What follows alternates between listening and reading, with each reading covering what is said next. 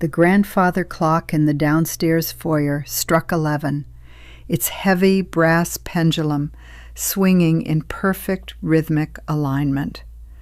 From the kitchen windows, the manicured boxwood hedges of the estate looked dark and still under the damp night air. Clara smoothed her apron, her fingers catching on a loose thread she had meant to trim weeks ago. There was a quiet symmetry to the house, a stillness that Richard paid thousands of dollars to maintain. Yet lately, the silence felt less like peace and more like a breath being held. On his mahogany desk, a stack of blank, heavy letterhead from Sterling and Associates lay undisturbed next to his reading glasses, waiting for a signature that had already been promised. Richard had smiled when he told her he was updating their security, his eyes fixed on his iPad rather than her face. It was the same pleasant, empty smile he used when dismissing a hired nurse. Clara had simply nodded, her hands resting quietly in her pockets before turning back to her nightly duties. She walked down the long corridor, her slippers gliding over the soft Persian rug where no floorboard ever creaked. The hum of the medical refrigerator in the dressing room was the only constant sound in the west wing of the estate. It was a low, vibrating drone that Clara had lived with for the last 6 years, ever since Richard's first minor stroke. It kept his injectable insulin and the liquid cardiac suspension at exactly 38 degrees. Clara stood before the polished granite countertop, her fingers operating with a precision born of thousands of repetitions. She wiped the neck of the amber glass bottle with a sterile alcohol swab, removing the sticky, caramelized residue of yesterday's dose. The sharp antiseptic scent of isopropyl alcohol mingled with the faint, persistent smell of eucalyptus ointment that seemed to have soaked into the very woodwork of the master suite. She measured exactly 5 milliliters into the plastic cup. A fraction of a milliliter too much would cause his blood pressure to bottom out, leaving him dizzy and irritable for 12 hours. Too little, and his ankles would swell by morning, making it impossible to fit his feet into his customized leather slippers. Clara did not rush. She calculated the physical cost of each movement. To lift the heavy silver tray with her elbows flared would strain her lower back, which had been aching since she had helped Richard transfer from his wheelchair to the recliner 3 hours ago. Instead, she tucked her elbows close to her ribs, engaging her core. It was a technique a private duty nurse had shown her years ago, back when they still hired outside help. Richard had dismissed the nurses one by one, complaining that they did not understand his routine, that they were too loud, that they smelled of cheap soap.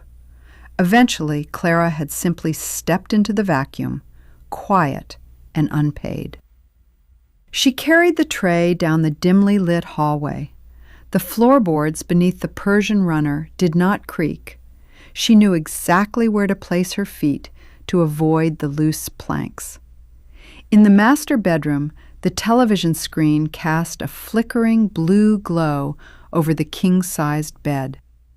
Richard sat propped against 4 goose-down pillows, his iPad resting on his lap. He was 71, but the wealth of his family had preserved a certain sharp structure in his jawline, even if his skin had yellowed and sagged under the weight of chronic illness. He did not look up when she entered. He was scrolling through a digital gallery, his thumb flicking across the glass screen with a dry, whispering sound. Clara set the silver tray on the bedside table. She did it without a single metallic clink, a small victory of silence that went entirely unacknowledged. "You are late with the evening dose," Richard said. His voice was raspy, a consequence of the vocal cord weakness on his left side, but the tone of casual authority remained intact. "It is nearly midnight." "It is 11:45, Richard," Clara said. Her voice was level, devoid of defense or apology. She handed him the small plastic cup of liquid, followed by a glass of filtered water. He took them without looking at her, his eyes still glued to the screen. He swallowed the medicine, grimaced, and handed the empty cup back to her. He did not offer a thank you. He never did. Clara was a fixture of the room, like the humidifier or the heavy velvet drapes that kept out the morning sun. "Make sure the blue linen shirt is pressed for tomorrow morning," Richard said, his thumb pausing on a photograph on his screen. It was a picture of a manicured garden at a local botanical center. Clara recognized the backdrop. It was near the physical therapy clinic Richard visited 3 times a week. Clara picked up the empty glass. "Is there a particular reason for the blue shirt? You usually prefer the soft flannel for therapy days." "Chloe said blue suits my coloring," Richard replied, his voice softening slightly on the name. He did not look at Clara to see her reaction. He was already scrolling again. "She thinks the flannel makes me look like an invalid. We are going to try the outdoor walking path tomorrow, if the weather holds." Clara stood by the bedside for 3 seconds. She calculated the energy required to remind him that the physical therapist was paid $150 an hour to assist his mobility, not to curate his wardrobe. She calculated the uselessness of pointing out that Chloe was 26 years old and used that breathy, encouraging tone with every wealthy stroke survivor on her roster. Instead, Clara simply nodded. "I will press the blue shirt." She turned to leave the room, carrying the tray back toward the hallway. Before she reached the door, Richard spoke again, his voice dropping into that familiar register of weaponized helplessness. "Clara, my reading glasses are still downstairs in the study. I left them on the desk next to the courier packages. Bring them up before you go to sleep. My eyes are tired." The study was on the first floor at the far end of the eastern wing. Going down and back would add another 600 steps to her daily tally. Her knees throbbed with a dull, hot heat. "I will get them," she said. She descended the grand staircase in the dark, using the mahogany handrail for support. The house was too large for 2 people, especially 2 people who lived in different emotional hemispheres. It smelled of old beeswax and the bitter herbal tea Richard drank to soothe his stomach. In the study, the green-shaded banker's lamp on the mahogany desk was still turned on, casting a pool of warm light over a stack of legal documents. Richard's reading glasses lay on top of a thick manila envelope. Clara reached for the glasses, but her hand paused. The envelope was unsealed. The return address was Sterling and Associates, Richard's personal estate attorneys. The top document had been pulled halfway out, as if Richard had been reviewing it earlier in the evening before his physical therapy session. Clara did not usually pry. Over 30 years of marriage, she had learned that knowing less about Richard's financial maneuvers generally meant less anxiety. But the word draft was stamped across the top in red ink, followed by the phrase, "Last Will and Testament of Richard Vance." She stood in the silence of the library, the tall grandfather clock ticking in the corner with a heavy metallic clank. With quiet, deliberate movements, Clara slid the document fully out of the envelope. She did not feel her heart race. She did not feel a sudden rush of blood to her ears. Her mind remained perfectly, chillingly clear. She flipped past the standard legal boilerplate on page 1. She skipped the minor bequest to distant nephews and his old college fraternity. On page 3, her eyes found the primary distribution of the estate.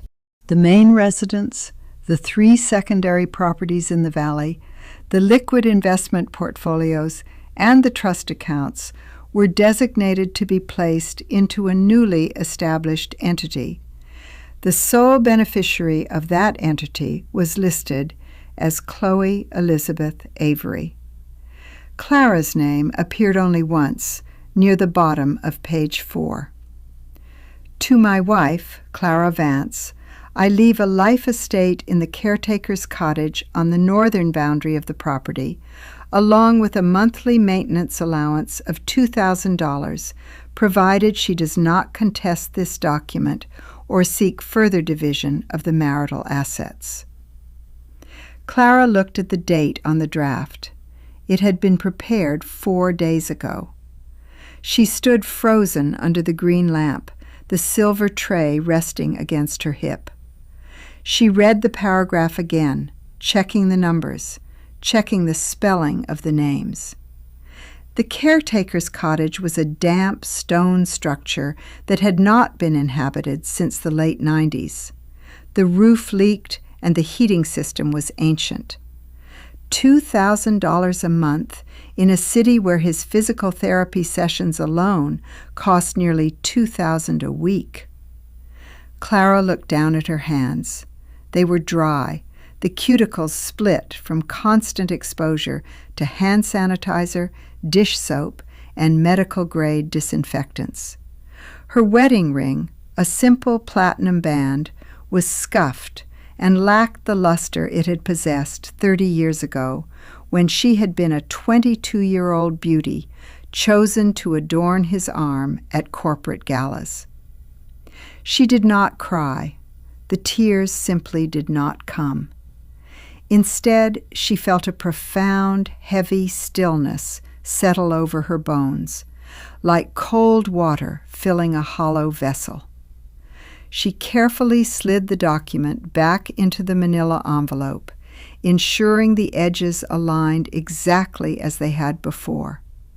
She picked up the reading glasses and wiped the lenses with the edge of her apron. She turned off the desk lamp, plunging the study into darkness, and began the long climb back up the stairs to her husband's room. Clara entered the master bedroom with the reading glasses in her hand.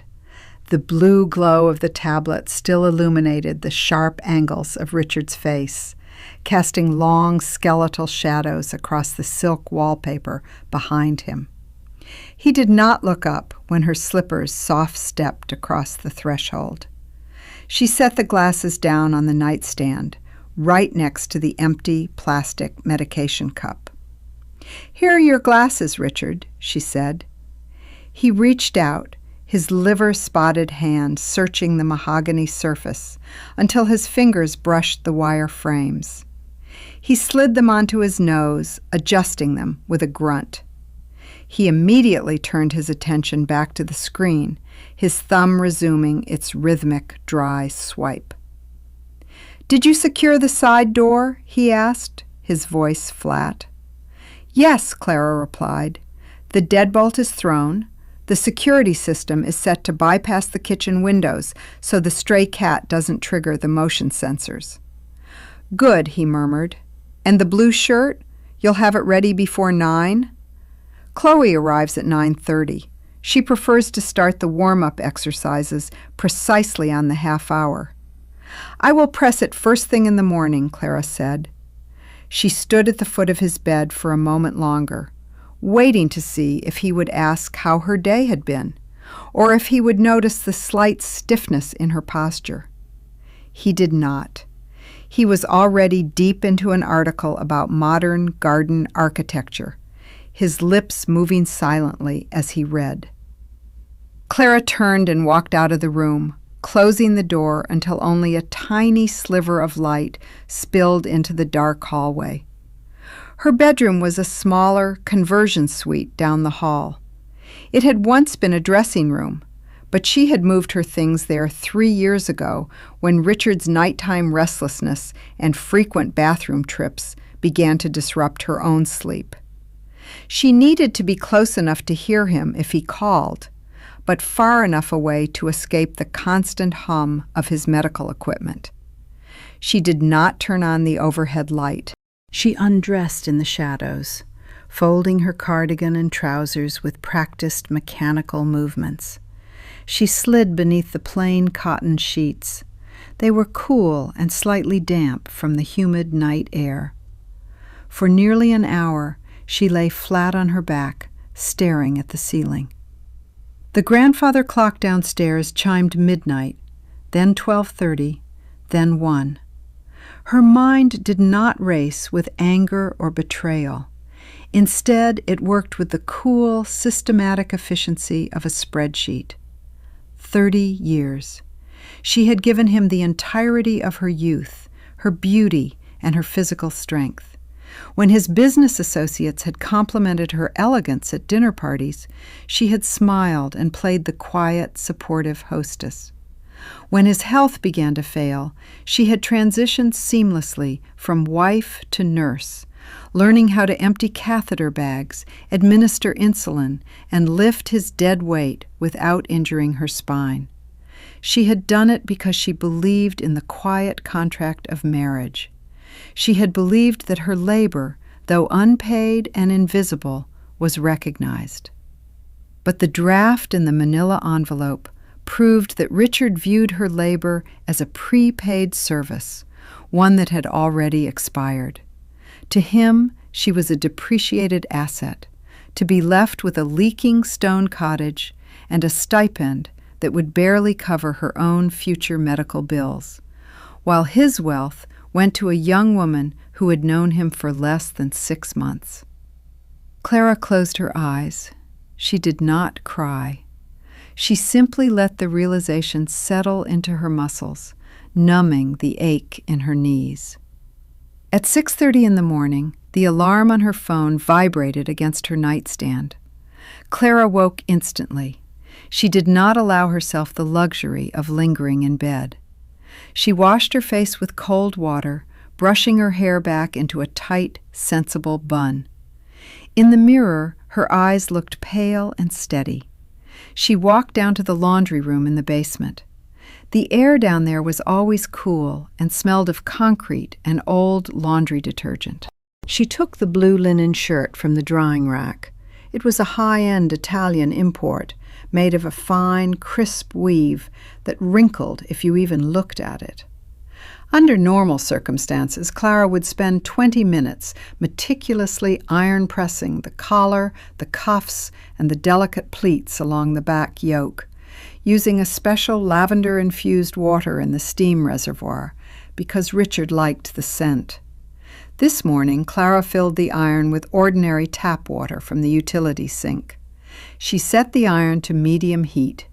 She ran the hot metal over the front panels of the shirt, smoothing out the worst of the wrinkles, but she did not spend time on the back yoke.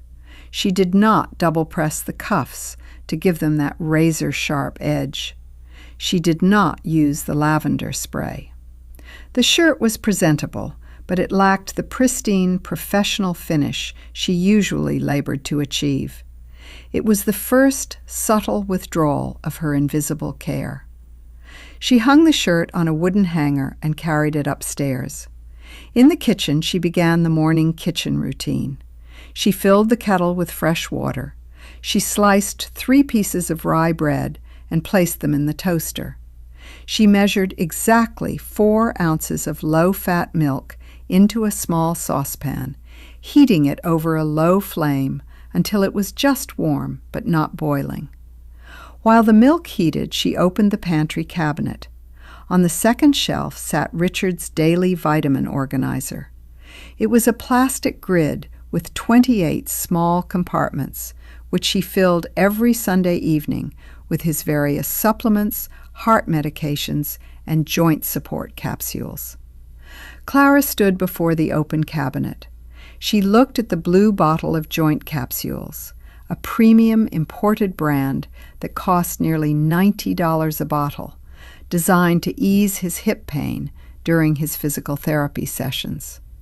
She reached out her hand, but instead of taking 2 capsules out, as she had done every morning for 2 years, she closed her fingers and let her hand drop to her side. She did not put the joint capsules on his morning tray. It was not an act of active malice. It was an act of energy conservation. She calculated that the effort of opening the bottle, retrieving the pills, and explaining their benefits to him was no longer a profitable use of her limited physical resources. If his hip ached during his walk with Chloe, he would simply have to cut the walk short. She placed the warm milk, the dry toast, and the rest of his standard prescription medications on the silver tray. She carried the tray up to the master bedroom. Richard was awake, sitting on the edge of the bed in his silk robe. His legs dangled over the side, his pale, swollen ankles looking blue in the morning light. "You're late with the tea," he said as she entered.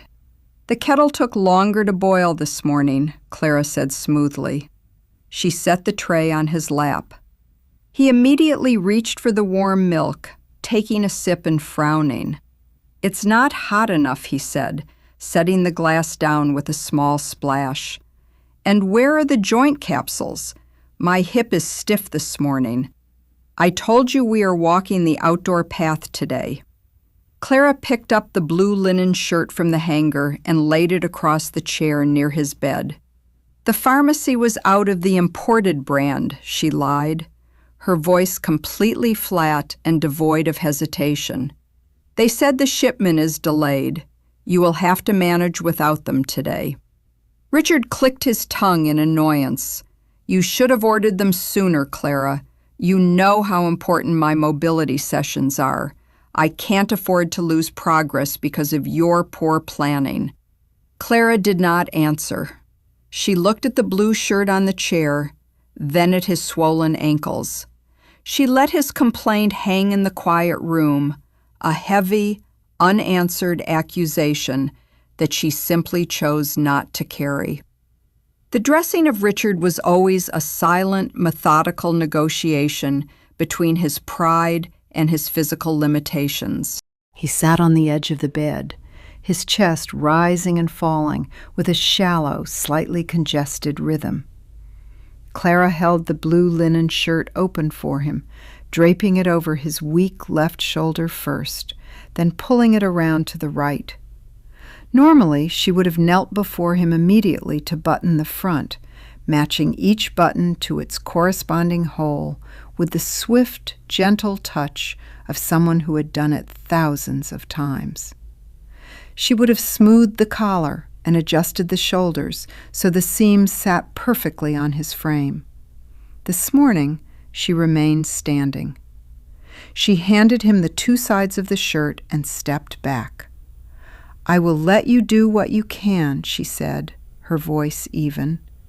"The therapist said we must encourage your independence." Richard frowned, his brow furrowing as he looked down at the unbuttoned linen. His right hand, strong and steady, gripped the second button, but his left hand trembled as he tried to bring the fabric together. After a few seconds of clumsy fumbling, his face flushed a dull, angry red. "My hands are stiff today, Clara. You know that. Just do it for me. I don't have time for a lesson in occupational therapy right now." Clara kept her hands resting at her sides. She did not feel the usual urge to soothe his frustration or to make his life easier to prevent an argument. "Take your time, Richard," she said quietly. "Chloe won't mind if you are a few minutes late. She is very patient with you." Richard glared at her, but the mention of Chloe seemed to quiet his protest. He went back to the buttons, his jaw clenched, his breath coming in short, irritated puffs. It took him nearly 4 minutes to fasten 3 buttons. By the time he reached the collar, he was sweating, a thin sheen of moisture glistening on his forehead. Clara did not reach for the linen handkerchief she usually kept in her apron pocket to wipe his brow. She simply waited. At exactly 9:28, the sharp crunch of tires on the gravel driveway signaled Chloe's arrival. The sound cut through the heavy silence of the bedroom. Richard instantly straightened his posture, pulling his shoulders back and attempting to smooth down the front of his shirt with his good hand. "She's here," he said, his tone shifting from irritation to a strange, eager alertness. "Help me with my shoes, the black loafers."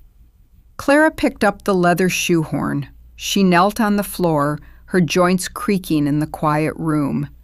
She slid the left loafer onto his swollen foot, pushing firmly but without the tender caution she usually exercised to avoid pinching his skin. When he winced slightly, she did not apologize. She simply moved to the right foot.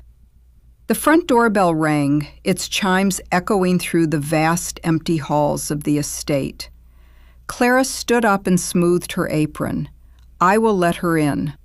She walked down the long hallway to the grand foyer.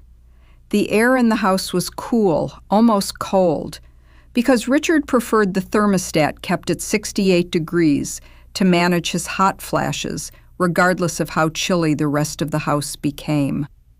When Clara opened the heavy oak front door, Chloe stood on the step, silhouetted against the bright morning sun. She was 26, with athletic shoulders, blonde hair pulled back into a glossy ponytail, and a bright, practiced smile that seemed engineered for affluent clientele. She wore fitted black athletic trousers and a pale gray zip-up jacket that smelled strongly of sweet vanilla and expensive floral perfume. "Hi, Clara," Chloe said, her voice high and cheerful. She stepped past Clara into the foyer without waiting to be invited, carrying a small leather bag filled with resistance bands and massage lotions. "How is our star patient doing this morning? Is he ready for some sunshine?" "He is upstairs," Clara said. Her voice was flat, contrasting sharply with Chloe's high-energy greeting. "He's waiting in the blue shirt you suggested." "Oh, wonderful," Chloe giggled, a light musical sound that Clara had heard countless times over the last 6 months. "Blue is absolutely his color. It makes him look so vibrant."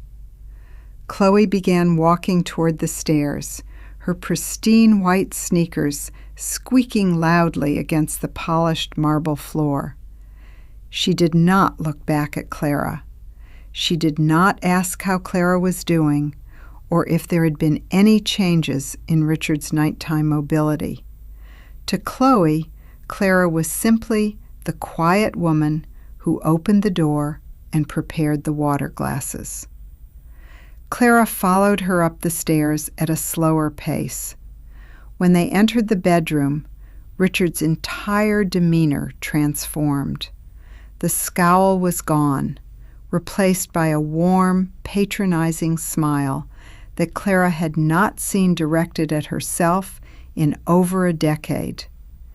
"There she is," Richard said, his voice dropping into a deeper, more robust register. "The highlight of my week." Chloe marched right over to his side, dropping her bag on the armchair and taking his right hand in both of hers. "Look at you, Richard. You look absolutely dapper. That shirt is beautiful on you. Did you do the buttons yourself?" "I did," Richard lied smoothly, casting a brief, warning glance at Clara. "A man has to maintain some standards." "You are doing so well," Chloe beamed, patting his arm. "Now, let's get those legs moving. We have a beautiful morning for our walk." Normally, Clara would remain in the room during the first 20 minutes of the session. She would assist Chloe in transferring Richard from the bed to his walker, holding his lower back to ensure he didn't lose his balance. She would stay close by with a bottle of water and a small towel, anticipating his needs before he even had to ask. Today, Clara walked over to the bedside table and picked up the silver tray.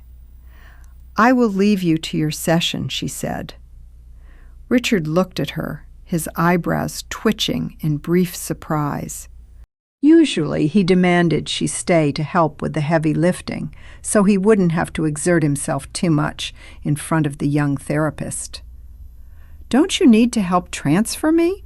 Richard asked, his tone laced with a subtle, demanding edge disguised as a question.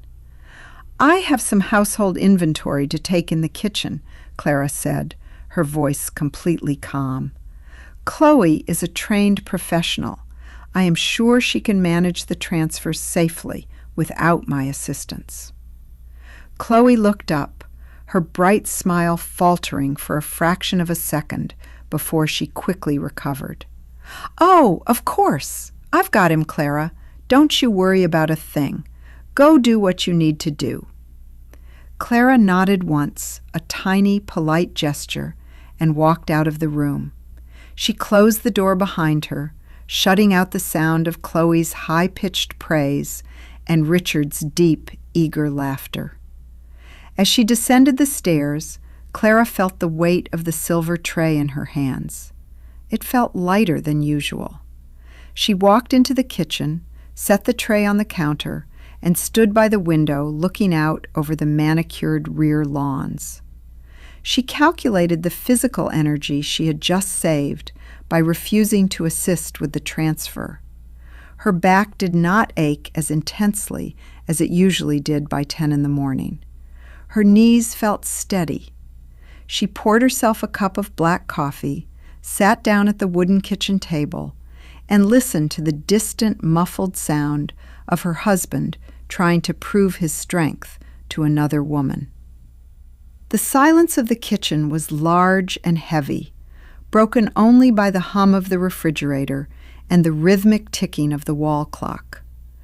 Clara sat at the long pine table, her fingers wrapped around her ceramic mug. The coffee had gone lukewarm, a thin, dark skin forming over the surface, but she did not get up to microwave it. Above her, the ceiling vibrated with a familiar sequence of sounds. First came the metallic scrape of Richard's walker being unfolded. Then the heavy, uneven thud of his steps. Thud, pause, drag. Thud, pause, drag. For 6 years, Clara's nervous system had been tuned to that specific frequency. If the pause between the thud and the drag lasted more than 3 seconds, her body would automatically tense, her muscles preparing to run toward the stairs. If she heard a sudden, sharp intake of breath, her adrenaline would spike before she even realized she was moving. Now she sat perfectly still. She took a slow sip of the cool coffee. Her heart rate remained slow and steady. Her body refused to react. The sounds upstairs moved slowly toward the landing. They were coming toward the grand staircase. Under normal circumstances, this was a highly coordinated 3-person operation. Richard hated the mechanical chairlift that had been installed along the back stairs. He claimed the low, grinding noise of the motor made him feel like a piece of freight. He insisted on walking down the front staircase, clutching the mahogany banister with his strong right hand, while Clara stood 2 steps below him, her body acting as a physical shield, her hands hovering near his weak left hip to guide his foot onto each tread. Chloe would walk behind him, holding the heavy canvas gait belt buckled around his waist. "Clara!" Richard's voice drifted down the stairwell. It was muffled by the heavy drapes of the landing, but the sharp, demanding edge of it was unmistakable. "Clara, come up here! We're ready to head down!" Clara did not answer. She sat at the table, watching a pale beam of morning sunlight illuminate the dust motes dancing in the air above her mug. A moment later, his voice came again, louder this time, tinged with a rising note of irritation.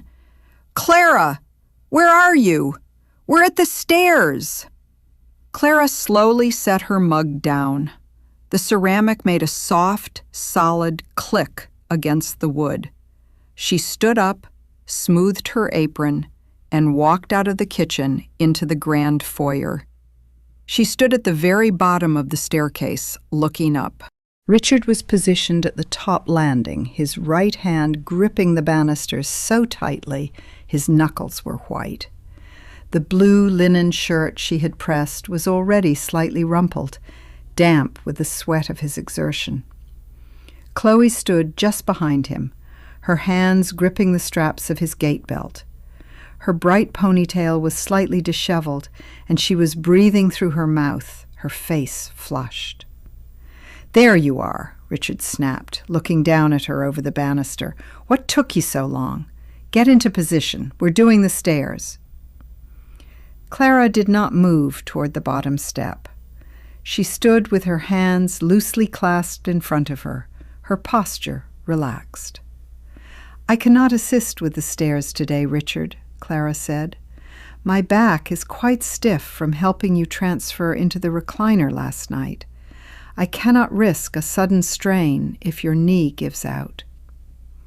Richard stared down at her, his jaw dropping slightly. "What do you mean you can't? We've done this 3 times a week for months. I need to get down to the terrace. Chloe says the fresh air will help my circulation." "Then Chloe will have to support your left side as you descend," Clara replied. Her voice was remarkably calm, carrying the flat, professional tone of a nurse delivering an administrative policy. "She is a licensed physical therapist, trained in patient transport. I am not." Chloe looked down the stairs at Clara, her wide blue eyes blinking in sudden panic. The sweet, bubbly expression she usually wore had completely vanished, replaced by a tense, strained look. Assisting a 71-year-old stroke patient down 15 winding oak stairs without a secondary spotter at the bottom was not only physically exhausting, it was a massive liability.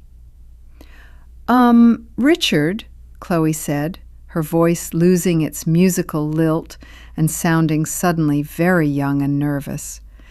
"Maybe we should just use the chairlift today, just to be safe. If Clara's back is hurting, we don't have a spotter at the landing."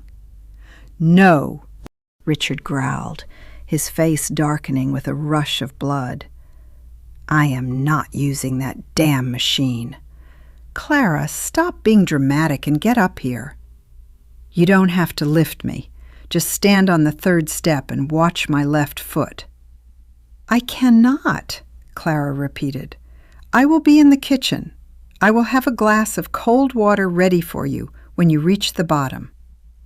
She turned around and walked back into the kitchen, her movements smooth and unhurried. Behind her, she heard the heavy, uncomfortable silence that fell over the staircase. Then she heard Richard utter a sharp, bitter curse, followed by the low, hesitant murmur of Chloe trying to placate him.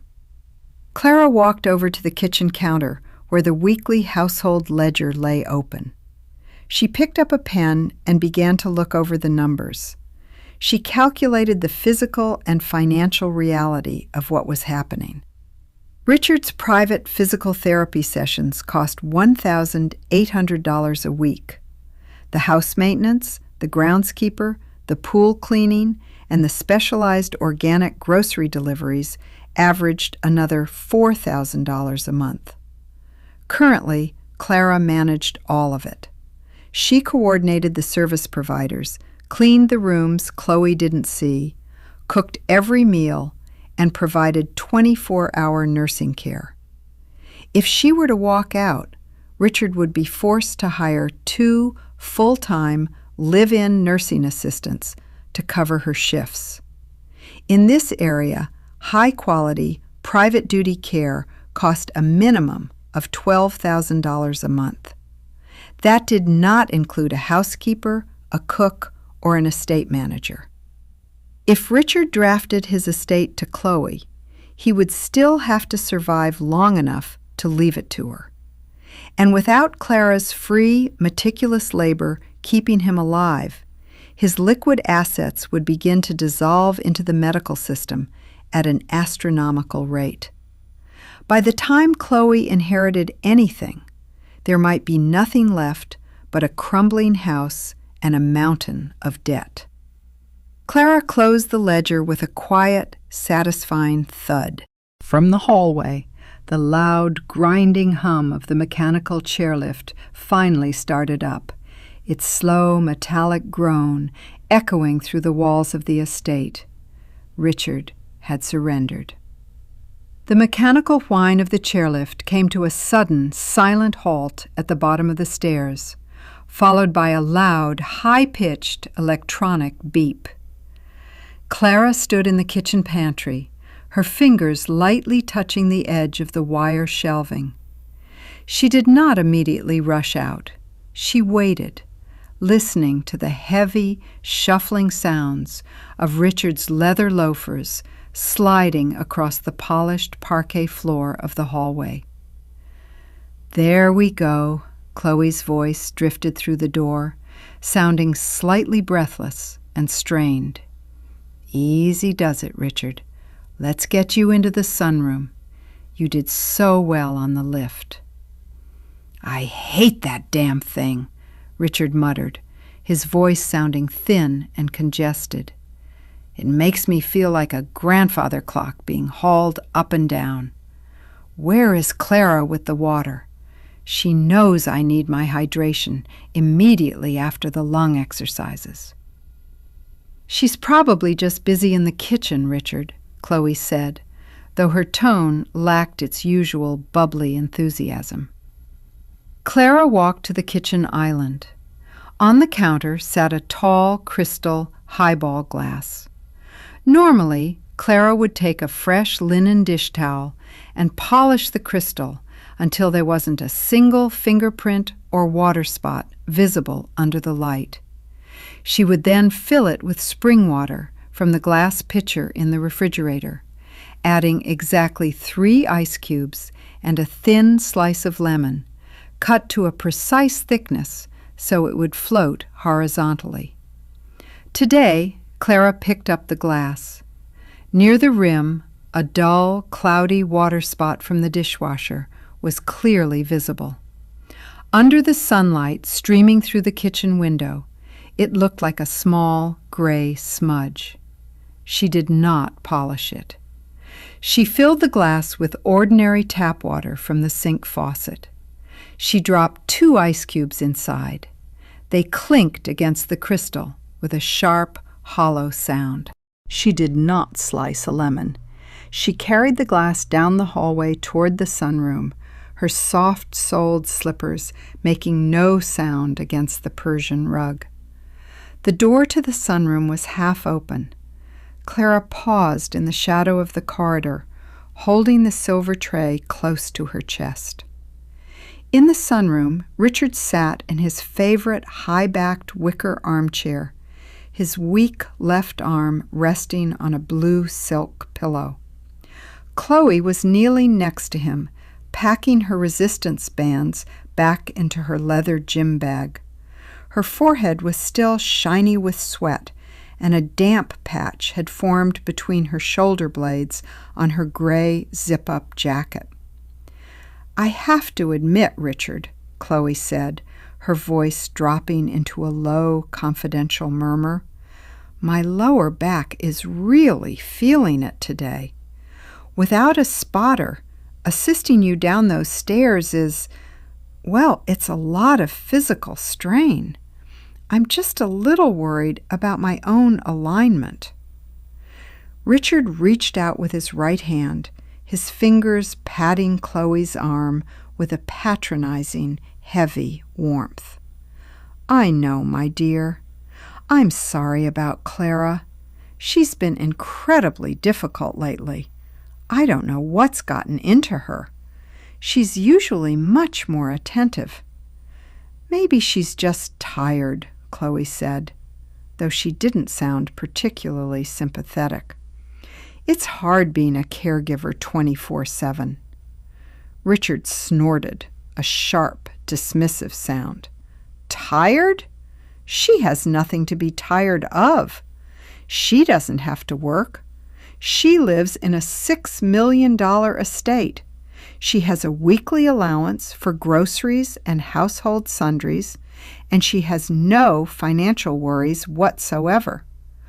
All she has to do is manage the house and assist me.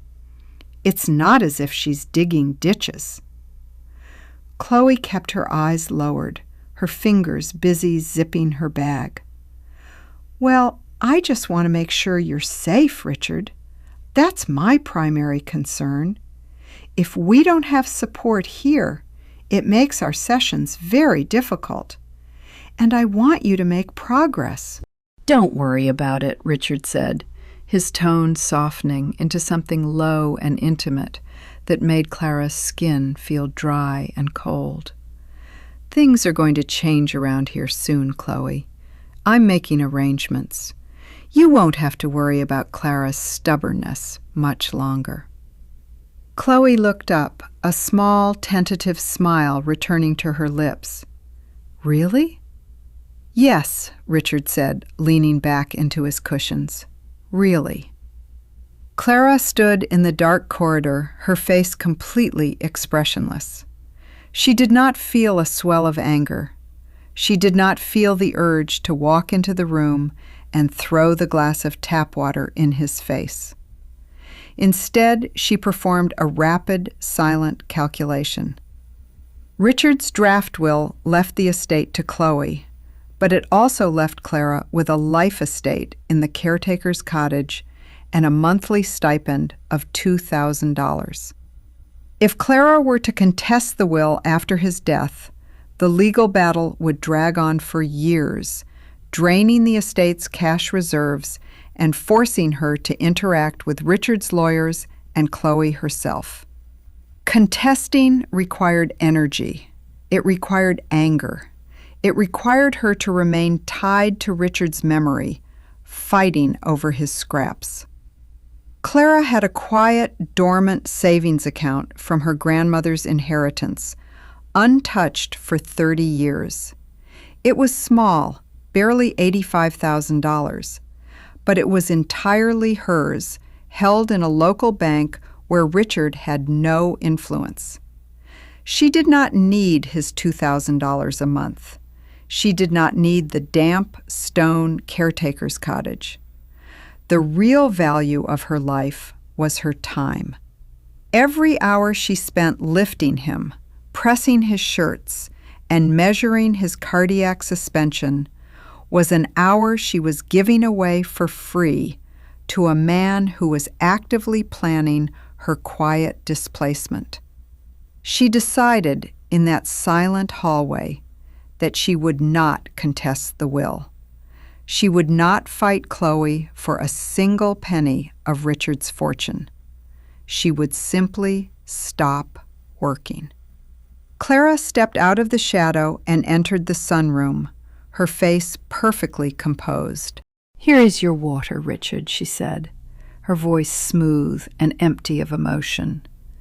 She set the glass on the small glass table next to his chair. Richard looked at the glass, his eyes immediately catching the gray water spot near the rim. He frowned, his upper lip curling slightly in distaste. "Clara, what is this? There is a smudge on the glass. And where is the lemon? You know I always have a lemon slice." "The dishwasher did not rinse properly," Clara said, her voice flat. "And we are out of lemons. I will add them to the grocery list for next week."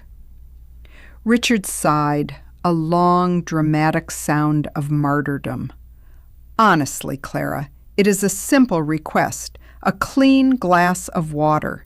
It shouldn't require a weekly inventory check to keep lemons in the house." Clara did not apologize. She did not offer to go back to the kitchen and wash a fresh glass by hand.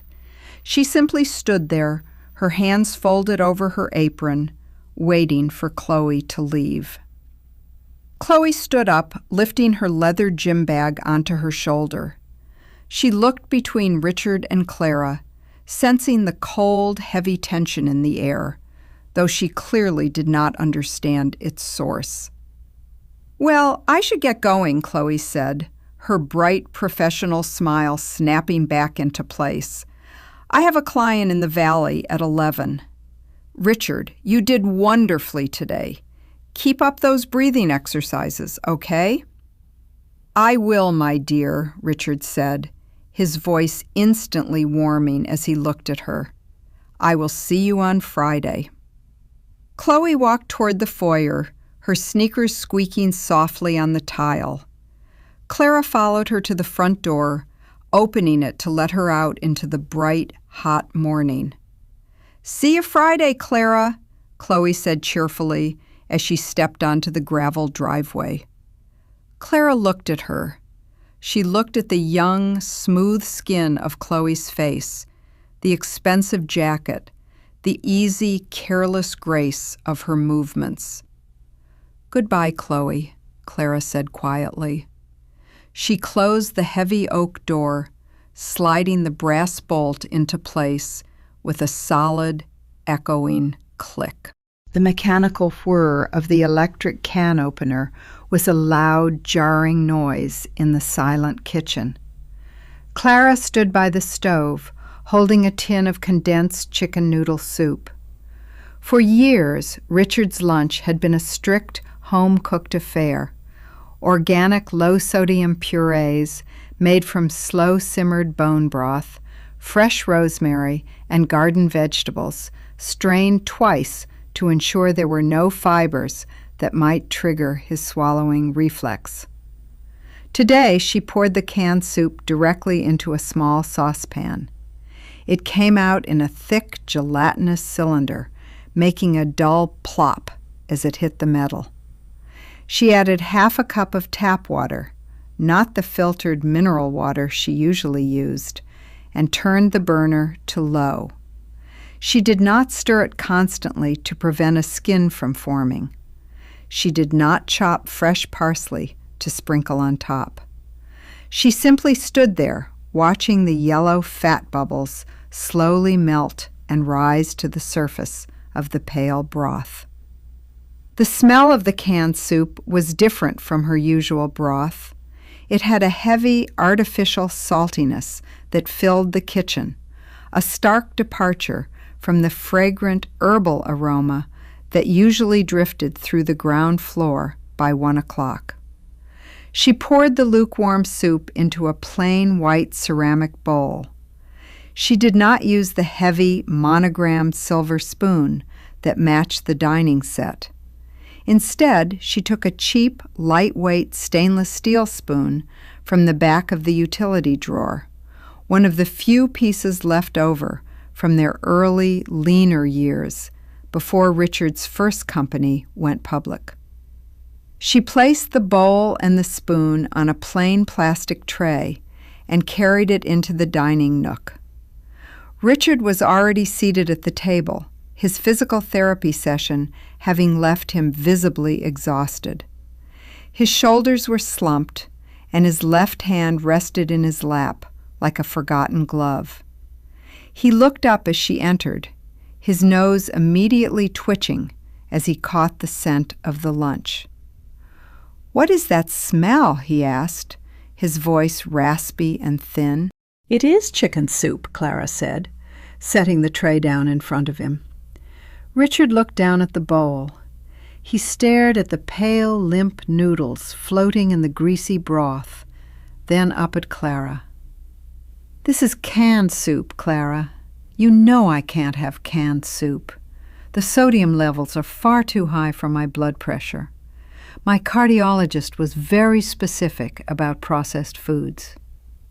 "The grocery delivery was short on organic chicken bones this week," Clara lied smoothly, her voice lacking even a trace of apology. "This is what we have in the pantry. You should eat it while it is warm." Richard picked up the stainless steel spoon, his fingers clumsy. He dipped it into the broth and tasted it. He immediately grimaced, setting the spoon down with a small clink against the ceramic. "It is salty and barely warm," he said, his tone rising with a petulant, demanding edge. "I can't eat this, Clara. Take it back and make me a soft-boiled egg with some dry toast. And make sure the egg is runny." Clara did not pick up the tray. She remained standing by the table, her hands resting lightly on the back of a vacant chair. "I cannot do that, Richard," she said quietly. "The stove needs to be cleaned, and I have to organize the linen closets in the east wing this afternoon. If you do not want the soup, you may leave it." Richard stared at her, his jaw tightening. "Clara, what is wrong with you today? First the stairs, then the missing medicine, and now you're refusing to make me a simple egg? I am paying thousands of dollars a week for private medical care, and I can't even get a hot lunch in my own home?" Clara looked at him. She looked at the small, angry pulse throbbing in his temple. She looked at the expensive silk robe he wore over the blue shirt, a robe she had hand-washed and ironed just 3 days ago. "I am simply prioritizing my tasks, Richard," she said, her voice remaining perfectly level. "I cannot do everything at once." She turned and walked out of the dining nook, leaving him sitting alone with the lukewarm bowl of processed soup. Instead of going back to the kitchen, Clara walked up the stairs to her small bedroom down the hall. She closed the door and turned the lock, the small brass mechanism clicking into place with a dry, satisfying sound. She walked over to her closet and opened the double doors. The wardrobe was divided into 2 distinct sections. On the left hung the remnants of her life as Mrs. Richard Vance. Elegant silk evening gowns, designer wool coats, and tailored linen suits she had worn to charity galas, board dinners, and gallery openings. Many of them still had the dry cleaning tags attached. They were beautiful, expensive, and completely useless. On the right side of the closet hung her practical clothes: soft cotton trousers, plain knit sweaters, and 3 sets of light blue medical scrubs she had purchased years ago when she first took over Richard's full-time care.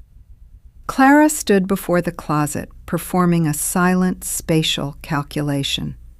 She did not need a large trunk. She did not need to hire a moving van. A single, medium-sized canvas suitcase, the one she had used for her rare solo trips to visit her sister in Maine, would be more than enough. She opened her dresser drawer and pulled out a small, velvet-lined jewelry box. Inside lay the diamond tennis bracelet Richard had bought her 10 years ago to apologize for an affair with his administrative assistant, a brief, messy scandal that he had quietly settled with a severance package. Next to it was a heavy gold necklace he had given her for their 25th anniversary. Clara looked at the glittering stones. They felt cold and heavy in her palm. She did not want them. If she took them, Richard's lawyers would use them as leverage, accusing her of stripping the estate of valuable assets before her departure. The jewelry belonged to the character she had played for 3 decades, the elegant, forgiving wife who accepted diamonds in exchange for her dignity. She placed the velvet box back into the drawer, pushing it to the very back, behind a stack of plain cotton socks. She would leave every piece of gold, every diamond, and every designer gown in this house. She would walk out with only her practical clothes, her personal identification documents, and her grandmother's silver pocket watch, the only piece of jewelry she had brought into the marriage. Downstairs, she heard the muffled sound of Richard's walker scraping against the dining room floor, followed by the clatter of a plate being pushed aside. He was angry. He was trying to make enough noise to draw her back downstairs, to make her feel the weight of his irritation. Clara sat on the edge of her neat, narrow bed. She pulled her grandmother's silver pocket watch from her apron pocket and wound it, the tiny metallic clicks filling the quiet room. She would let him be angry. She would let the house grow cold. She had exactly 12 days left before her personal bank account transfer cleared, and she intended to spend every one of those days saving her energy for the walk out the front door. By 5:30 in the afternoon, the bright morning light had faded into a dull, slate-gray dusk. The wind had picked up from the east, rattling the loose copper flashing on the roof of the library. Clara stood in the kitchen, watching the electric kettle reach a boil. The blue light ring at the base of the kettle flickered, then went solid as the water began to bubble violently. Normally, preparing Richard's afternoon tea was a precise 10-minute ritual. He preferred a loose-leaf organic oolong imported from a small estate in Taiwan. Clara would pre-warm the porcelain teapot with hot water, measure exactly 3 grams of leaves using a small brass scale, and steep them for precisely 3 minutes and 40 seconds at 195 degrees. She would then pour the pale amber tea through a silver mesh strainer into his favorite teacup, serving it with a single teaspoon of raw Tupelo honey. This afternoon she did not touch the brass scale. She did not pre-warm the teapot. She opened the lower pantry cabinet and pulled out a dusty cardboard box of generic chamomile tea bags, a brand she had bought 2 years ago for a visiting relative and never used again. She tore open a paper packet, dropped the single paper-wrapped tea bag into a plain ceramic mug, and poured the boiling water directly over it. She did not set a timer. She did not remove the bag. She simply let it sit, the water turning a dark, murky yellow as the bitter dust from the cheap leaves saturated the mug. She placed the mug on a small plastic tray next to a small dish of ordinary white sugar packets. As she walked up the grand staircase, the low, mechanical drone of the evening news drifted down from Richard's bedroom. He had the volume turned up louder than usual, a clear sign that his left side hearing was deteriorating, though he consistently refused to let the private audiologist perform a proper fitting for a hearing aid. Clara pushed the bedroom door open with her elbow. Richard was lying in bed, his head propped up by 3 pillows. His eyes were fixed on the television screen, which was broadcasting a weather report. When she entered, he did not look at her, but his jaw tightened. "You were locked in your room for 3 hours, Richard said, his voice flat and accusing over the noise of the television. "I tried calling your phone at 3 o'clock to have you bring me my compression socks. You didn't answer." "I had my phone on silent," Clara said, setting the tea tray down on the bedside table. I was resting. Resting? Richard turned his head to look at her, his brows knitting together in genuine disbelief. You were locked in your room, resting, in the middle of the afternoon? Clara, my ankles are throbbing. I've been sitting here with my legs down for hours because you weren't here to help me elevate them. My back was quite sore after the morning session, Clara replied, her voice remaining perfectly even, devoid of any defensive heat. If your ankles are throbbing, you can use the electronic foot pump on the side of the bed. The manual is in the nightstand drawer. Richard clicked his tongue in deep annoyance. You know I hate that machine. It's loud, and it pinches my calves. I shouldn't have to use a machine when I have a wife who is supposed to be managing my care. He reached out and picked up the ceramic mug. He took a sip, then immediately set the mug down with a sharp clatter, some of the dark yellow liquid sloshing over the side onto the tray. What is this garbage? He demanded, wiping his mouth with the back of his hand. It tastes like wet hay. And where is my oolong? Where is the honey? We are out of the oolong, Clara lied, her expression entirely blank. And the honey jar is empty. This is chamomile. It is good for your blood pressure. Richard stared at her, his eyes narrowing as he tried to read her face. He was looking for anger. He was looking for a sign that she was trying to punish him, some domestic grievance he could easily address with a sharp reprimand or a patronizing lecture about her duties. But he found nothing. Clara's face was as smooth and unreadable as a sheet of glass. You are being incredibly stubborn today, Clara, Richard said, his voice dropping into a low, warning register. I don't know what has gotten into you, but this attitude needs to stop. I am not a patient in a state hospital. I expect my home to be run properly. I am running it to the best of my current physical capacity, Richard, Clara said quietly. She turned her back on him and walked out of the room, leaving the bitter tea and the loud television behind. Instead of returning to the kitchen, Clara walked down the hall to the small study adjacent to her bedroom. She closed the door and sat down at the small oak writing desk.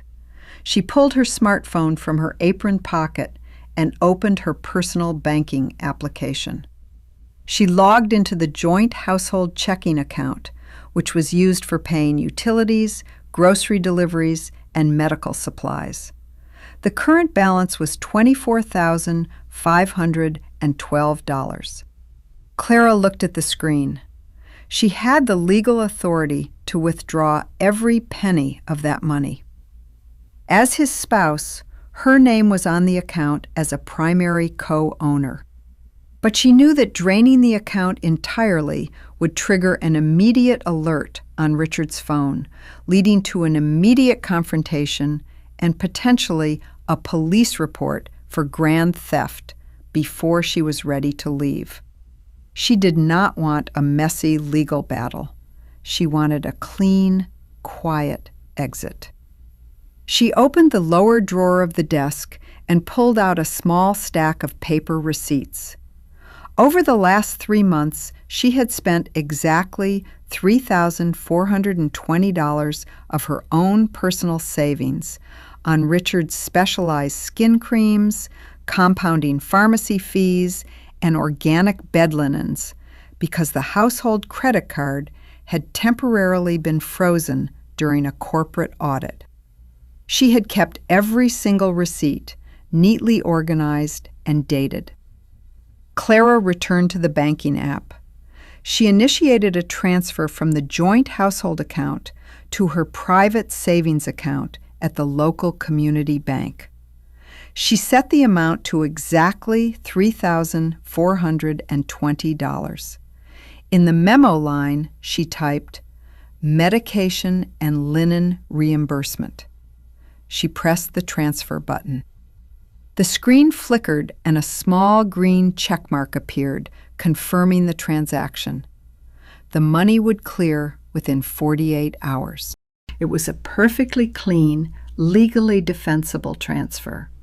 If Richard's accountant questioned it, she had the paper trail to back up every cent. She was not stealing his fortune. She was simply recovering her own quiet investments in his comfort. Through the wall, she could hear the muffled, repetitive sound of the evening news anchor's voice. Richard was still staring at the screen, drinking his bitter tea, entirely unaware that the first small brick of his domestic foundation had just been quietly removed. At 9:45 in the evening, the rain finally came.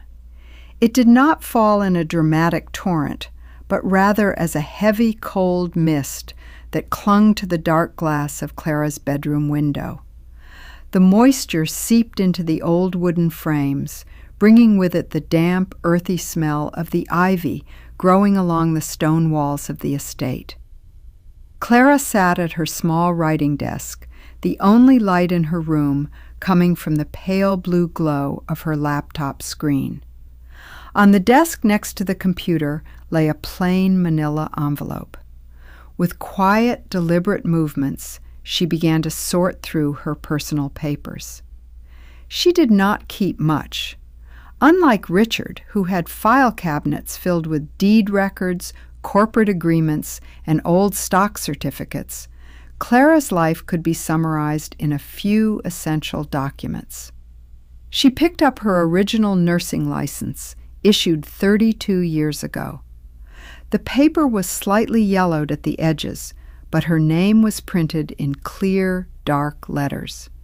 She had worked at the county hospital for 7 years before she met Richard at a charity fundraiser. He had liked her quiet competence, her cool composure under pressure, and the elegant way she carried herself in her simple blue uniform. After they married, he had gently but firmly insisted she let the license lapse, saying it looked bad for a Vance to be working a shift job. But Clara had kept it. Every few years, she had quietly paid the renewal fees and completed the required continuing education credits online using her own small allowance. She had never told Richard. To him, her nursing skills were a convenient, free resource to be used for his own body. To her, the active license was a quiet thread connecting her to the person she had been before she became his shadow. She slid the nursing license into the manila envelope, followed by her passport, her birth certificate, and her grandmother's silver pocket watch. She folded the top of the envelope down and slid it under the false bottom of her canvas suitcase, which sat open at the back of her closet. The soft, metallic scratch of the suitcase zipper closing was the loudest sound in the small room. The telephone beside her bed vibrated, the screen illuminated with the name Richard's Room. Clara let it vibrate 3 times before she picked it up. She did not press it to her ear immediately. She waited, listening to the dry hum of the central heating unit in the ceiling. "Yes, Richard," she said.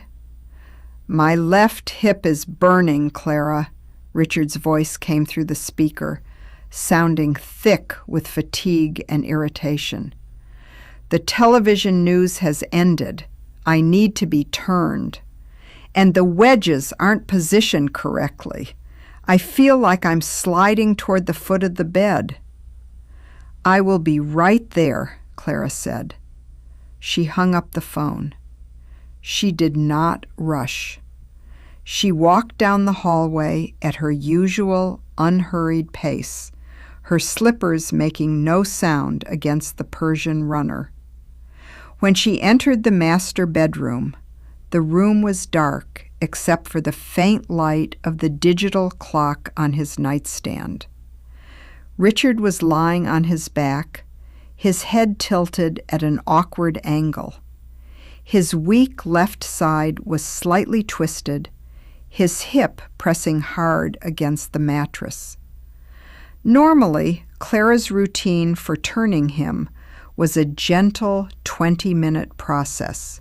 She would use 3 separate memory foam wedges, placing one beneath his back, one between his knees to align his spine, and a small, soft one under his left heel to prevent pressure sores. She would gently massage his hip with mentholated cream to stimulate circulation, speaking to him in low, reassuring tones until he settled. This evening, Clara walked to the left side of the bed. She did not reach for the mentholated cream. She gripped the draw sheet beneath his hips and pulled, using her body weight to roll him onto his right side with a single, firm motion.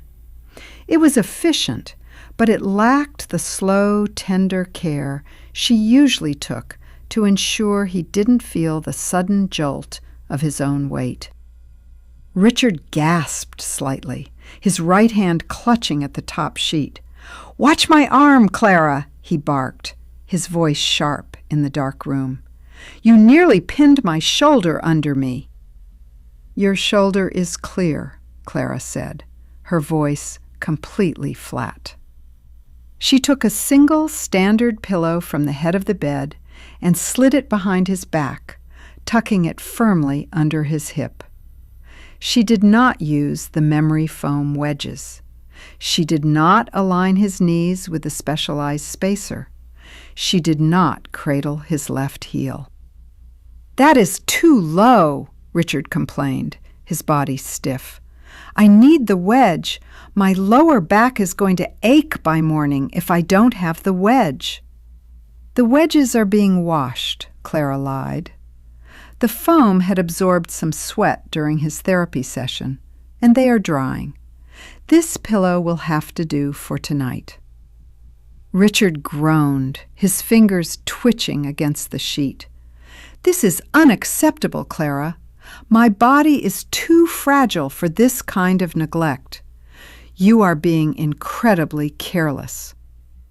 "This is the standard lateral position for pressure relief, Richard," Clara said, her voice cool and professional. "It is perfectly safe. Good night." She did not wait for his reply. She turned and walked out of the room, closing the door behind her until only a tiny thread of dark light remained. She walked downstairs to the kitchen to perform one final task before bed. On the kitchen whiteboard, near the refrigerator, sat a small magnet holding a paper notice from the compounding pharmacy in the valley. It was the automated refill notice for Richard's liquid cardiac suspension, the vital medication that kept his heart rate stable. The text on the paper indicated that the refill was due for confirmation by Thursday afternoon. Otherwise, the courier delivery would be delayed until the following Tuesday. Normally, Clara would call the pharmacy immediately, confirm the order, and authorize the charge on the joint credit card. She would then coordinate with the private courier to ensure the bottle arrived before his current supply ran out. Clara stood before the whiteboard. She looked at the paper notice. She did not pick up the phone. She did not log into the pharmacy portal. She calculated the timeline. His current bottle had exactly 9 days of medication left. If she did not confirm the refill by Thursday, the automated system would simply flag the order as pending.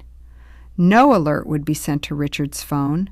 The pharmacy would simply assume she was late in confirming, as many private caregivers occasionally were.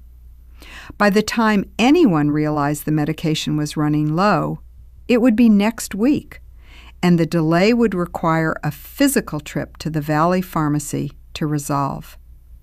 She left the paper notice exactly where it was, held by the small plastic magnet. She turned off the kitchen light, leaving the kitchen in perfect, silent darkness, and walked back up the stairs to her room.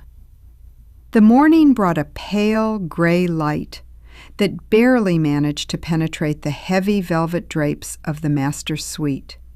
It was Wednesday, and the air inside the house was damp and cold, the chill from the night rain lingering in the tall, high-ceilinged rooms. Clara stood in the kitchen at 6:45. She had already dressed in a pair of simple gray cotton trousers and a dark blue knit sweater. Her hair was pulled back into its usual tight bun. She stood before the stove, watching a small pot of water reach a low simmer. Normally, Wednesday breakfast was Richard's favorite: organic steel-cut oats simmered for 40 minutes in almond milk, flavored with a dash of pure vanilla bean paste and topped with fresh, hand-washed organic blackberries arranged in a perfect circle around the bowl. Clara would also squeeze 3 fresh Valencia oranges using the heavy cast-iron press, filtering the pulp through a fine sieve so the juice was perfectly smooth. This morning, Clara did not reach for the steel-cut oats. She did not open the refrigerator to get the almond milk or the berries. She took a canister of instant rolled oats from the back of the pantry, measured a cup of the dry, dusty flakes into a ceramic bowl, and poured the boiling tap water directly over them. She stirred the mixture 3 times with a wooden spoon. It turned into a thick, gray, glue-like paste, devoid of any scent other than the faint, papery smell of processed grain. She did not squeeze the oranges. She poured some lukewarm carton orange juice into a small glass, leaving the pulp floating in thick, severed clumps at the bottom. She placed the bowl and the glass on the silver tray next to his morning pills and carried it upstairs. When she entered the bedroom, Richard was already awake, but he had not moved from the position she had left him in the night before. His face was pale, his eyes wide and angry as he stared at the ceiling. His breathing was shallow. "Clara," he gasped as she set the tray on the nightstand. "My left hip is completely locked. I've been trying to swing my legs over the side of the bed for 20 minutes, and I can't move. My lower back feels like it's on fire." The standard lateral position can cause some initial stiffness if you do not shift your weight, Clara said, her voice cool and clinical. She did not lean over to help him stretch. She did not reach under his hips to massage the locked joint. "I told you I needed the memory foam wedges," Richard hissed, his voice trembling with a mixture of pain and frustration. "You ignored me. You let me lie here like a log all night." "The wedges are still damp," Clara replied, her tone completely level. "They require 24 hours to air dry completely after being washed." She picked up the plastic medication cup and handed it to him, along with the glass of carton orange juice. Richard took the pills with his right hand, his fingers shaking slightly. He swallowed them, then took a sip of the orange juice. He immediately frowned, looking down at the glass. "What is this?" he asked, his voice sharp. "There are clumps in this, and it's lukewarm. You know I only drink fresh squeezed juice, Clara. This tastes like cardboard." "It is carton juice," Clara said. "The citrus delivery was delayed. This is what is available." She set the bowl of instant oatmeal on his lap tray. Richard looked down at the thick gray paste.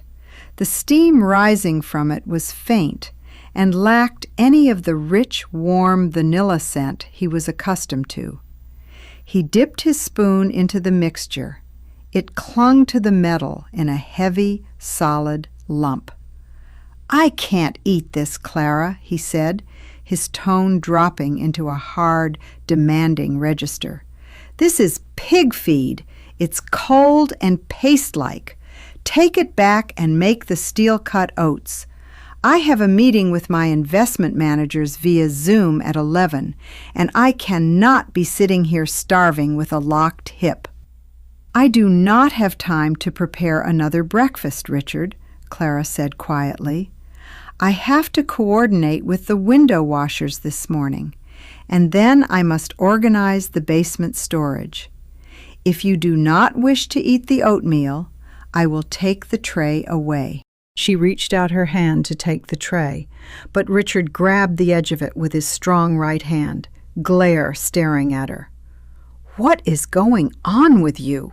he demanded, his voice shaking with a genuine, growing confusion. "For 30 years you have run this house perfectly. Now, suddenly, you're treating me like an unwanted guest. You're neglecting my food, you're neglecting my physical comfort, and you're locking yourself in your room? If you're having some sort of emotional crisis, Clara, you need to see a doctor. I cannot have my life disrupted because you're throwing a tantrum." Clara looked at his hand gripping the silver tray. She looked at his pale, manicured fingers, the heavy gold signet ring he wore on his pinky finger, and the thin, crepe-like skin of his wrist. She did not feel the familiar urge to explain herself, to soothe his anger, or to defend her decades of perfect service. She calculated the energy required to argue with him. It would require her to raise her voice, to explain her feelings, and to listen to his inevitable, patronizing justifications. It was a waste of breath. "I am not throwing a tantrum, Richard," she said, her voice remarkably soft and calm. "I am simply doing what I am physically capable of doing."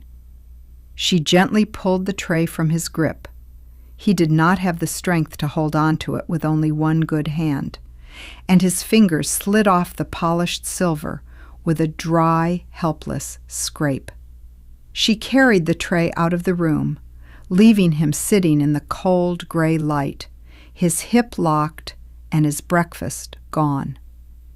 In a kitchen, Clara poured the gray oatmeal down the garbage disposal, watching the thick paste disappear down the drain with a low, grinding roar. She stood by the sink, looking out at the vast garden. She performed a silent mental tally. Richard did not know how to log into his bank accounts. She had handled all the online bill payments for 15 years.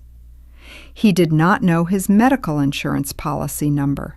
He did not know how to order his own groceries, how to schedule his private drivers, or even how to operate the digital thermostat in the hallway. He had spent his entire life delegating the micro details of his existence to others, primarily to her. He believed his wealth bought him independence, but the reality was that his wealth only bought him the illusion of it. Without her invisible daily coordination, his world would grind to a halt within 48 hours. She looked at her grandmother's silver watch. It was 7:15. She had exactly 10 days left before her final bank transfer cleared, and she intended to use every single day to let the gears of his life slowly, quietly rust. By 10:45 on Wednesday morning, the sun had finally broken through the gray cloud cover, casting a harsh, glaring light through the skylights of the upper hallway. Clara stood near the linen closets, holding a dusty yellow cloth and a blue aerosol can of cheap lemon-scented furniture spray. Normally, cleaning the mahogany paneling of the upstairs corridor was a multi-day project. Clara would use a premium natural beeswax paste imported from England, applying it in tiny circular motions with a soft flannel cloth before buffing it by hand until the dark wood glowed like glass. The process was exhausting, leaving her shoulders stiff and her fingers cramped. But she had always done it because Richard demanded the house look immaculate for any rare guests or visiting doctors. Today, she sprayed the cheap aerosol directly onto the wood. The liquid was watery and left a cloudy, streaky film across the dark grain. She wiped it down quickly, not bothering to buff out the circular marks left by the cloth. As she worked, the heavy oak door of Richard's private study opened. Richard had managed to get himself from the bedroom to the study desk without her assistance. She had heard him earlier, the slow, grinding screech of his walker wheels dragging against the hardwood floors of the hallway, followed by a long, heavy pause as he gathered the strength to open the door himself. She had not stepped out of her room to help him. Through the thick oak panels, the muffled, booming resonance of his voice began to drift down the corridor. His 11 o'clock Zoom meeting with his investment managers and legal advisors had begun. Clara moved closer to the study door, her dustcloth moving slowly across a mahogany frame. She did not lean her ear against the wood. She did not need to. Richard always spoke too loudly on video calls, a habit from his corporate days when he believed volume equated to authority. "Yes, Sterling," Richard's voice carried clearly through the gap at the bottom of the door. "I've reviewed the third draft. The language is precisely what we discussed. The primary trust should be funded by the transfer of the liquid assets from the municipal bond portfolio." A long pause followed, filled with the faint electronic murmur of the lawyer replying from the laptop speaker. "No, I don't want to wait until the end of the fiscal year," Richard snapped, his tone sharp and impatient. "I want the restructuring finalized by the 1st of next month. The new trust will be the primary vehicle for the estate. Yes, Chloe Avery is to be named as the sole trustee and principal beneficiary of that specific fund." Another murmur from the speaker. Richard cleared his throat, a dry, hacking sound that rattled in his chest. Clara had not left his throat lozenges on his desk, nor had she prepared his usual vacuum flask of warm ginger tea. There was only a single glass of tap water on his desk, which had undoubtedly gone warm and flat. "Clara's position is already addressed," Richard continued, his voice sounding slightly hoarse now. "The caretaker's cottage is perfectly adequate. It keeps her on the property, which is practical. She knows my medical routine better than anyone. It would be foolish to lose that continuity. The $2,000 monthly stipend is more than enough for her personal needs. She has no overhead." Clara stopped her hand. The yellow dustcloth remained pressed against the streaky mahogany panel. She stood in the bright, harsh glare of the skylight, her face completely still. He didn't just plan to leave his fortune to Chloe. He planned to keep Clara on the estate as a permanent, low-cost domestic resource. He had designed the draft will to trap her. By leaving her the life estate in the caretaker's cottage and a modest stipend, He believed he was providing her with a secure home, but the real trap was the proximity. He assumed she would stay, living in his damp stone cottage on the edge of the woods, continuing to empty his bedpans, organize his medications, and assist him down the stairs out of sheer dependency and lack of alternatives. He expected her to serve both him and Chloe, acting as the invisible, unpaid infrastructure of their new life together. It was an arrogance so vast, so complete, that it was almost magnificent. He truly believed his power over her was absolute, that she had no identity, no desires, and no existence outside of the labor she provided him. Clara looked down at the blue spray can in her hand. She performed a silent, cold calculation. If she protested, if she demanded a divorce now, his team of high-priced estate lawyers would immediately tie up her assets, freezing her out of any temporary support while they dragged the case through the courts for years. They would paint her as an ungrateful, vindictive wife trying to strip a sick elderly man of his medical funds. She would be forced to spend her limited energy fighting in public courtrooms, surrounded by the dry paper of legal filings. She did not want to fight. She wanted his complete, utter collapse. She realized now that her quiet withdrawal was not just a way to save her physical strength. It was the ultimate strategic move. By not contesting the will, by not arguing, by not saying a word, she was allowing him to finalize his plans under the absolute illusion of his own victory.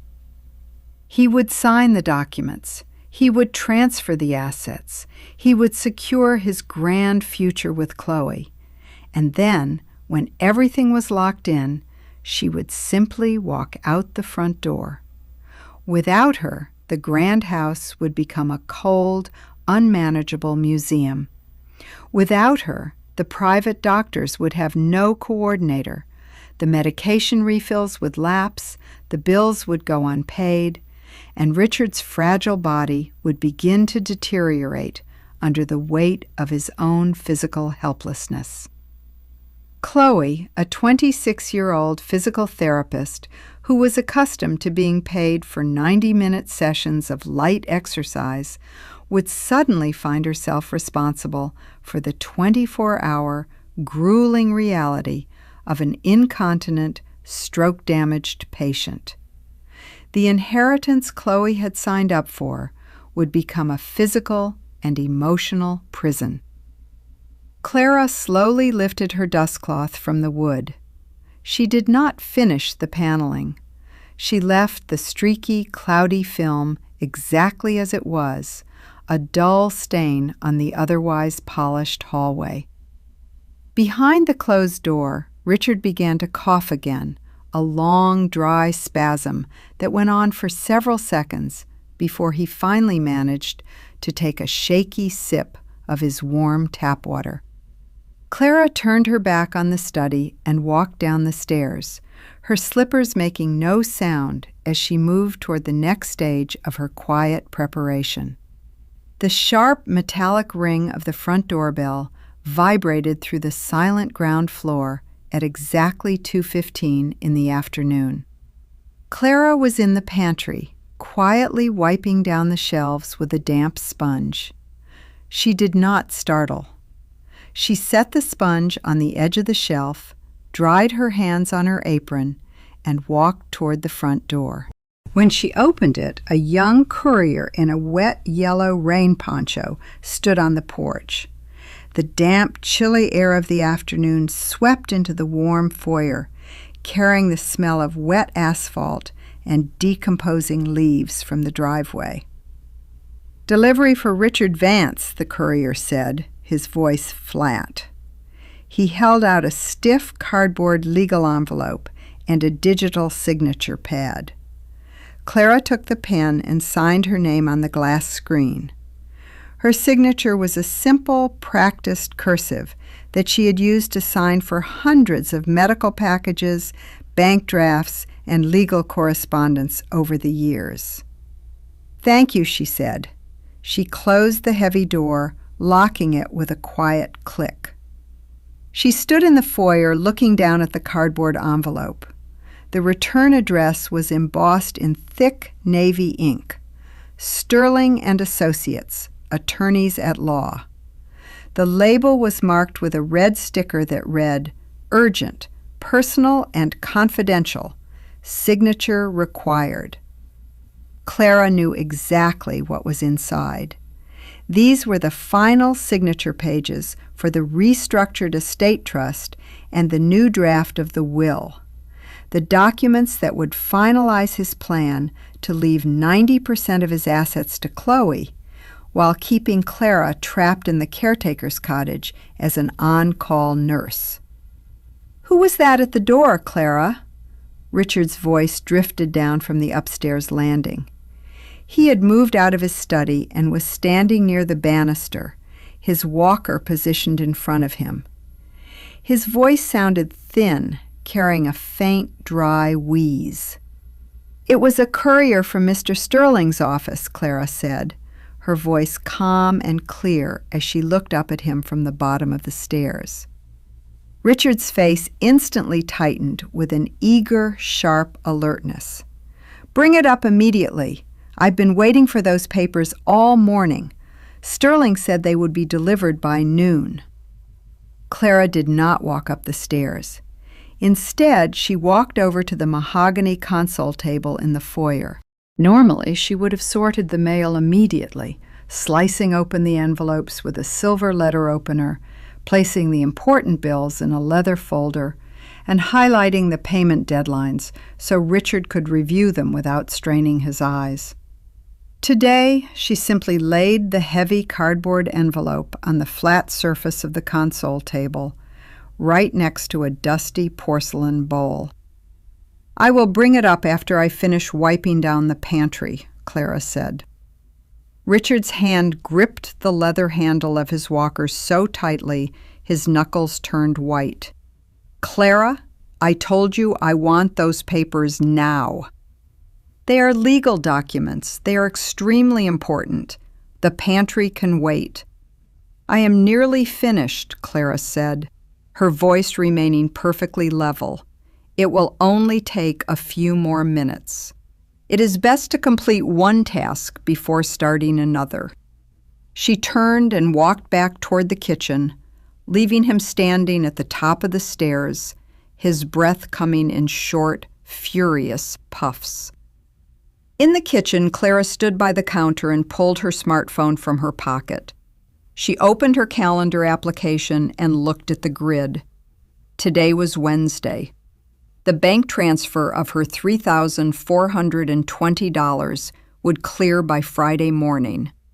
That was her immediate personal reserve, added to the small, quiet savings account her husband knew nothing about. She looked at Sunday on the calendar. Sunday was the quietest day of the week on the estate. The weekly cleaning staff did not come on weekends. The groundskeeper was off. There would be no deliveries, no physical therapy sessions, and no lawyers calling. Richard usually spent Sunday afternoons sleeping in his recliner, watching old golf tournaments on television. It was the perfect day to leave. She had exactly 4 days left. She calculated his medication timeline. His current bottle of liquid cardiac suspension, the medicine that kept his heart rate from spiking into dangerous arrhythmias, had exactly 6 days of doses left. By deliberately letting the automated pharmacy refill notice lapse on Tuesday night, she had ensured that the next bottle would not be prepared for delivery. The pharmacy's automated system would keep the order in a pending status, waiting for her confirmation.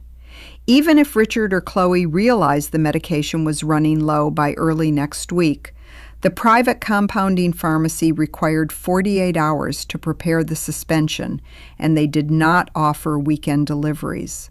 If Clara walked out on Sunday evening, Richard's medication would run out by Tuesday morning. He would be forced to call the pharmacy himself, only to realize he did not know the account login, the prescription number, or even the name of the specific pharmacist who managed his compound. He would have to coordinate with Chloe, who had no legal authority to manage his medical prescriptions and no access to his joint banking accounts to pay for them. The system of his survival would begin to splinter, piece by piece, within 48 hours of her departure. Clara pocketed her phone. She walked back into the pantry, picked up her damp sponge, and quietly finished wiping down the lower shelves. She did not rush. She spent exactly 7 minutes cleaning the corner where the spice jars were stored, ensuring the surfaces were clean and neat. When she was finished, she rinsed the sponge, hung it over the sink faucet to dry, and picked up the cardboard legal envelope from the console table in the foyer. She walked up the stairs, her steps slow and steady. She entered the master bedroom. Richard had returned to his bed, his face flushed and his breathing shallow from the exertion of waiting for her. "Here are your documents, Richard," Clara said. She did not hand the envelope to him. She did not slide the document out of the cardboard sleeve or offer him a pen. She simply laid the sealed envelope on the far edge of his bedside table, right next to his empty water glass, and turned to walk out of the room. "Clara, where are my reading glasses?" Richard called out, his voice sharp and petulant. "I can't read this small print without them." "They are in your study on the desk," Clara said, without stopping her walk toward the door. "Go get them for me," he demanded. "I am preparing the laundry now," Clara said, her voice drifting back to him as she stepped into the hallway. "I will bring them up when I am finished." Behind her, she heard the rustle of the cardboard envelope being torn open by his clumsy, trembling fingers, followed by a low, frustrated growl. He would have to struggle to read the tiny, complex legal print in the dim afternoon light, or he would have to stand up and navigate the long hallway to the study himself. Clara walked down the stairs, her mind entirely focused on the silent, systematic preparation of her final 4 days. By 7 o'clock on Wednesday evening, the rain had stopped, but a thick, cold fog had rolled in from the valley, swallowing the lower lawns and wrapping the base of the estate in a gray, silent shroud. Clara stood at the stove, watching a single chicken breast boil in a pot of plain, unsalted water. The meat had turned a dull, chalky white, the water foaming slightly at the edges of the pot. Normally, Wednesday dinner was a delicate poached salmon with a reduction of fresh dill and lemon, served alongside steamed asparagus tips and wild rice. Clara would spend an hour preparing the sauce, checking the temperature with a digital thermometer to ensure the fish remained moist and tender. This evening, she did not check the temperature. She did not add herbs or seasoning. She lifted the dry, boiled chicken from the pot, sliced it into thick, uneven chunks, and placed it on a plain white plate next to a mound of unseasoned white rice. The meal was stark, colorless, and smelled of nothing but steam and wet poultry. She carried the plate up to the master bedroom on a plain plastic tray. Richard was sitting in his armchair, his reading glasses perched on the bridge of his nose. On the table next to him, the legal envelope from Sterling & Associates had been torn open, and a stack of heavy white pages lay neatly aligned. He had signed them. The blue ink of his signature was visible on the bottom of the top page, still fresh and slightly shiny. He looked up as Clara entered, and for the first time in days, his scowl was gone. Instead, his face wore a look of quiet, smug satisfaction.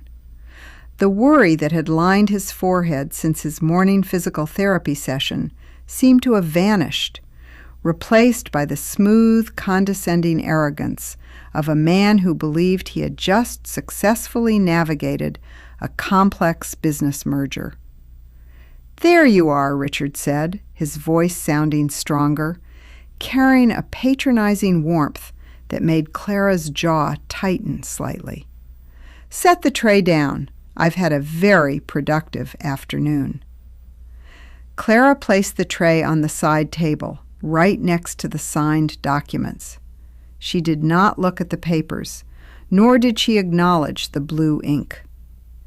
Richard glanced down at the plate of boiled chicken and dry rice. His smile faltered for a fraction of a second, his nose twitching at the lack of aroma, but he did not complain. His good mood was too vast to be punctured by a poor dinner.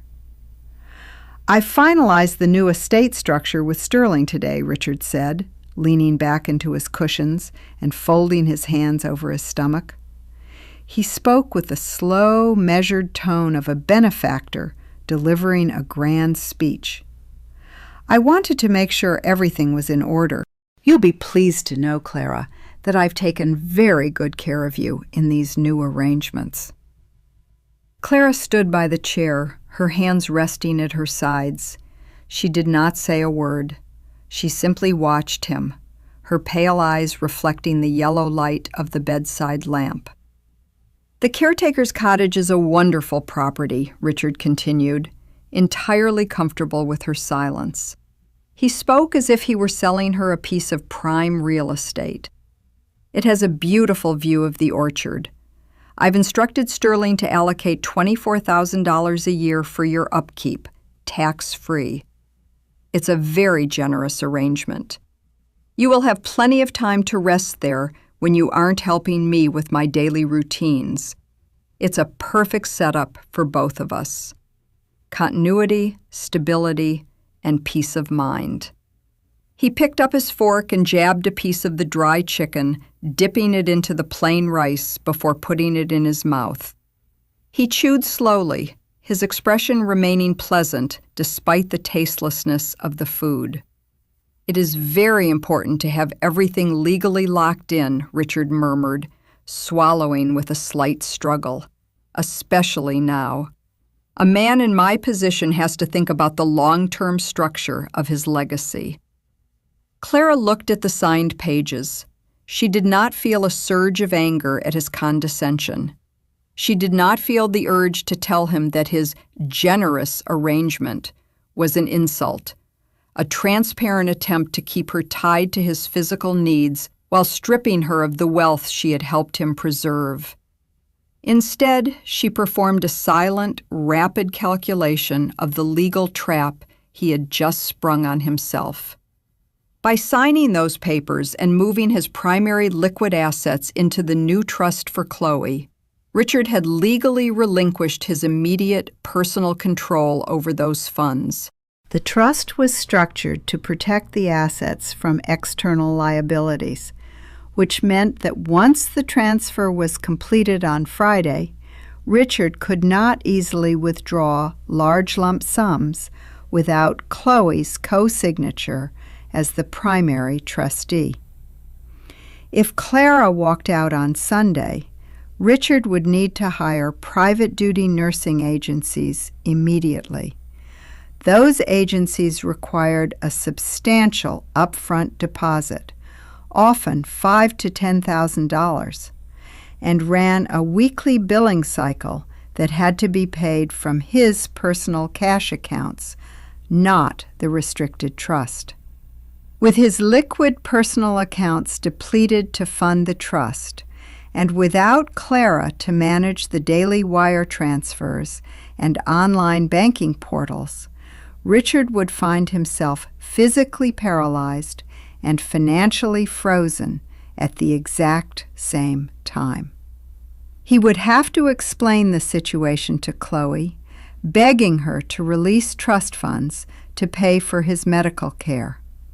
The young physical therapist, who believed she was inheriting a vast, uncomplicated fortune, would suddenly find her hands tied to a grueling, weekly financial drain, forced to spend her inheritance before she even had full control of it.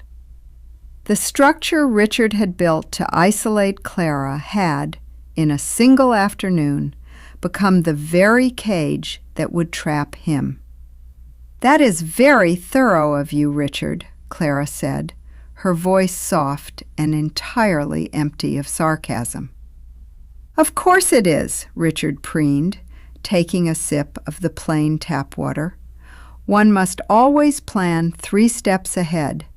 That is how I built my business, and that is how I manage my life."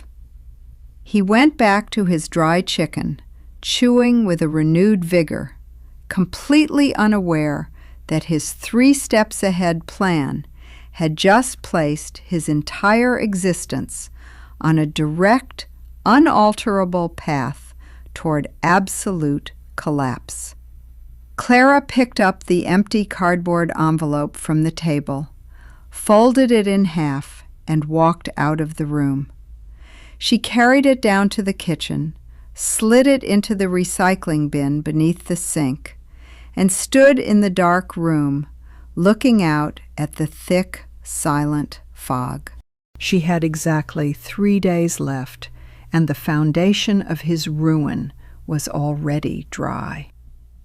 The damp air of Thursday morning was thick with the smell of wet pine needles and cold, saturated earth. Clara walked across the gravel path toward the detached garage at the rear of the estate. The gravel crunched softly under her sensible leather walking shoes, the sound crisp in the quiet morning. The garage was a massive stone structure built to house 4 vehicles. Inside, the air was cold and metallic, smelling of motor oil, rubber tires, and old wax. Richard's luxury German SUVs sat under custom-fitted canvas dust covers, their polished chrome wheels catching the faint light filtering through the high, arched windows. He had not driven any of them in 3 years, but he insisted they be detailed monthly by a mobile service, refusing to let the machinery gather dust. In the far corner of the garage, tucked away from the grander vehicles, sat Clara's 15-year-old Japanese sedan. It was a modest silver car with a small scrape on the rear bumper and faded fabric seats. Richard had tried to convince her to get rid of it multiple times, offering to lease her a brand-new luxury coupe, but Clara had always refused. She had bought the sedan with her own money before they married, and she had maintained it meticulously, paying for the oil changes and tire rotations from her own small savings. To her, the car was not an eyesore. It was a mobile boundary, a piece of her life that Richard could not control or claim. She unlocked the driver's door with her key. The lock turned with a solid mechanical click. She sat in the driver's seat.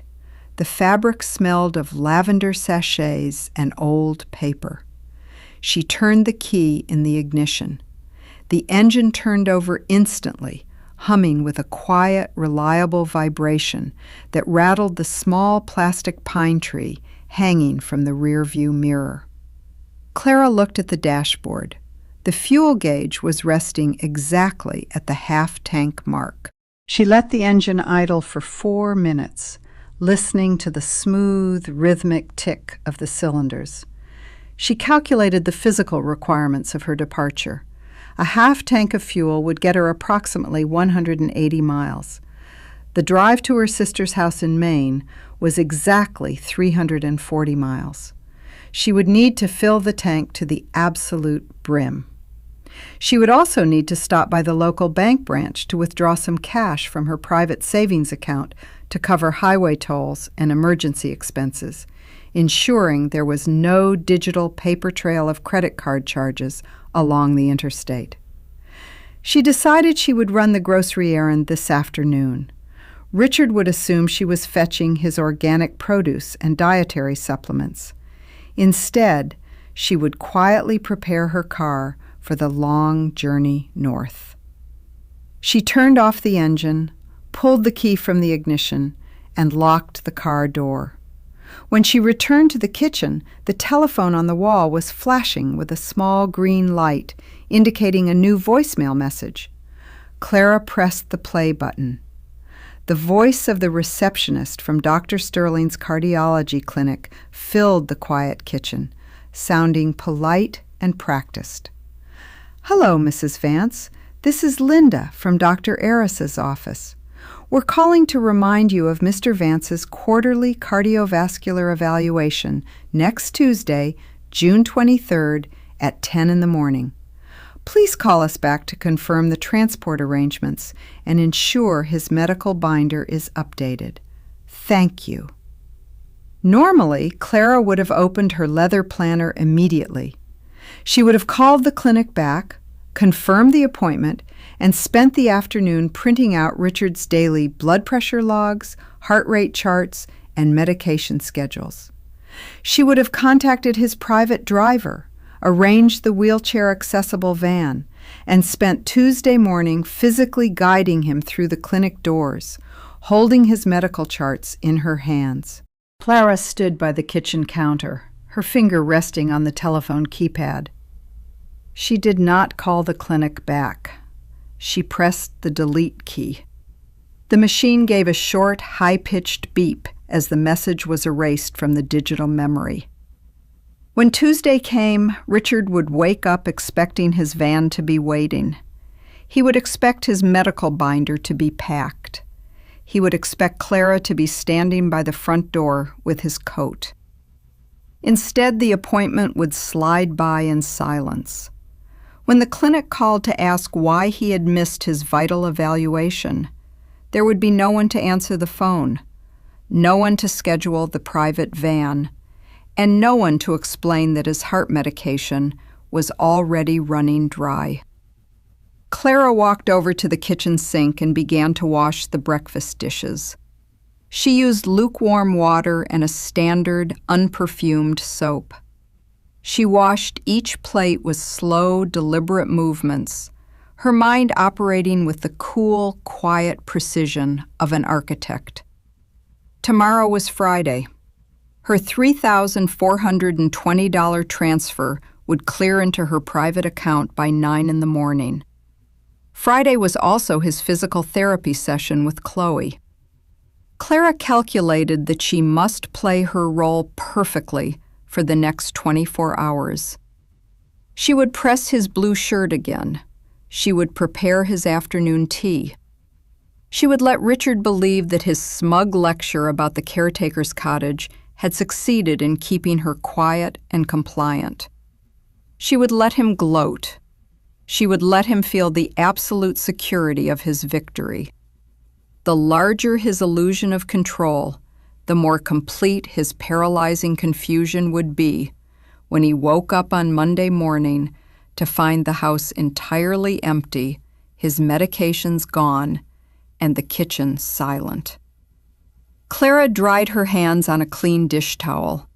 She looked out the window at the thick green woods bordering the northern boundary of the estate, where the stone caretaker's cottage sat damp and forgotten under the shadow of the tall pines. She would never set foot in that cottage again. The sharp chemical scent of gasoline cut through the damp afternoon air as Clara stood by the pumps at the small fuel station on the edge of the valley. The petrol pump hummed a low, vibrating tune, its digital numbers spinning rapidly on the black screen. $10, $20, $30. Clara watched the numbers rise. She held the black plastic nozzle firmly, her fingers cold against the trigger. The metal of her silver sedan was cool to the touch, covered in a fine layer of road dust from the 5-mile drive down the mountain. With a loud metallic thunk, the automatic sensor in the nozzle triggered, shutting off the flow of fuel. The tank was full. She replaced the nozzle on the stand, screwed the gas cap back on until it clicked 3 times, and got back into the driver's seat. Her next stop was the local community bank branch, a modest brick building tucked between a dry cleaner and a small bakery. The lobby was quiet, smelling of floor polish and old paper. The fluorescent lights overhead hummed with a faint, high-pitched buzz that reminded her of the medical equipment in Richard's room. Clara walked up to the counter. The teller, an older woman named Martha, who had worked at the branch for nearly 20 years, looked up with a warm, familiar smile. "Well, hello, Mrs. Vance," Martha said, her voice soft and polite. "We don't see you in here very often. How is Mr. Vance doing?" "He is as comfortable as can be expected, Martha," Clara said, her voice smooth and pleasant. She placed her personal debit card and her driver's license on the polished counter. "I would like to make a withdrawal from my savings account, please." "Of course," Martha said, her fingers tapping quickly on her keyboard. "How much would we like to withdraw today?" $5,000, please," Clara said, "in $100 bills, if possible." Martha's fingers paused on the keys for a fraction of a second, her eyebrows lifting in mild surprise. It was a substantial amount of cash for Clara to request, but it was well below the $10,000 threshold that would require federal transaction reporting or manager approvals that might delay the process. "Is there a special occasion?" Martha asked, her tone friendly but curious, as she began to count out the crisp green bills from her drawer. "We are having some routine maintenance done on the orchard walls," Clara lied smoothly, her expression entirely relaxed. "The stonemason prefers cash for the materials." "Ah, yes, those old stone walls require a lot of upkeep," Martha nodded, sliding the stack of bills into a heavy paper envelope. "Here you are, Mrs. Vance, $5,000. Please sign here." Clara signed her name on the receipt, slid the envelope into the deep pocket of her wool cardigan, and walked out of the bank. She sat in her silver sedan, the engine idling quietly. She opened her banking application on her phone to verify her balance. After the cash withdrawal, her private savings account, the one Richard had never bothered to monitor because he assumed she had no independent resources, stood at exactly $81,450. On Friday morning, her $3,420 reimbursement from the joint household account would clear, bringing her total liquid savings to nearly $85,000. She calculated her budget. In the quiet coastal town in Maine where her sister lived, a comfortable 2-bedroom apartment rented for approximately $1,800 a month. With $85,000 in reserve, she could live comfortably for at least 2 years without earning a single penny. And she fully intended to earn. Once she settled, she would contact the state nursing board to reactivate her license for clinical practice. She did not want the high-stress environment of the county hospital shifts she had worked in her youth. She wanted a quiet, orderly position at a local pediatric clinic or an outpatient care center. She wanted to work with patients who could recover, whose lives she could help improve, rather than spending her days managing the slow, bitter decay of an arrogant old man. She put her car in gear and drove toward the local organic market. She had to complete the illusion of her errand. She spent 30 minutes in the market, carefully selecting organic celery, fresh ginger, low-sodium vegetable broth, and 3 green apples. She paid for the groceries using the joint household credit card, ensuring the transaction would appear on the weekly statement that Richard's accountant reviewed. When she returned to the estate, she carried the heavy brown paper bags into the kitchen. Richard was in the sunroom, his walker positioned in front of him as he stared out the floor-to-ceiling windows at the thick, rolling fog. He did not turn around when he heard her enter the kitchen. "You were gone a long time, Clara," he called out, his voice sharp and carrying a familiar note of suspicion. "The grocery store is only 10 minutes away. The market was quite busy today," Clara said, her voice level as she began to unpack the celery and ginger. "And I had to stop by the pharmacy to check on your medical supplies." "Did they have my joint capsules?" Richard asked, turning his head slightly. "My hip is still stiff from yesterday." "The pharmacist said they are still tracing the shipment," Clara lied, placing the green apples in the porcelain bowl on the counter. "He hopes to have them by Tuesday of next week." Richard clicked his tongue in annoyance, turning back to the window. "Incompetent fools! Everything in this valley is moving slower and slower. I don't understand why we pay such high premiums for such mediocre service." Clara did not reply. She took the green apples and began to slice them, her hand steady, her mind completely focused on the silent, systematic preparation of her final 72 hours. He was right about one thing. His world was indeed about to move much, much slower. And by Tuesday of next week, the missing joint capsules would be the very least of his concerns. The hiss of the steam iron was a sharp, rhythmic sound in the basement laundry room at 8 o'clock on Friday morning. Clara stood over the padded ironing board, her right hand guiding the heavy metal iron across the sleeve of Richard's blue linen shirt. The heat rising from the fabric carried the clean, sterile scent of hot starch and warm cotton. Clara moved the iron with a slow, detached focus. This was the last time she would ever iron his clothes. She spent exactly 7 minutes on the collar and the front panels, ensuring they looked pristine. But she left the lower hem, the part he would tuck into his trousers, slightly wrinkled and unpressed. It was a minor detail, but it was a quiet, physical boundary she had set.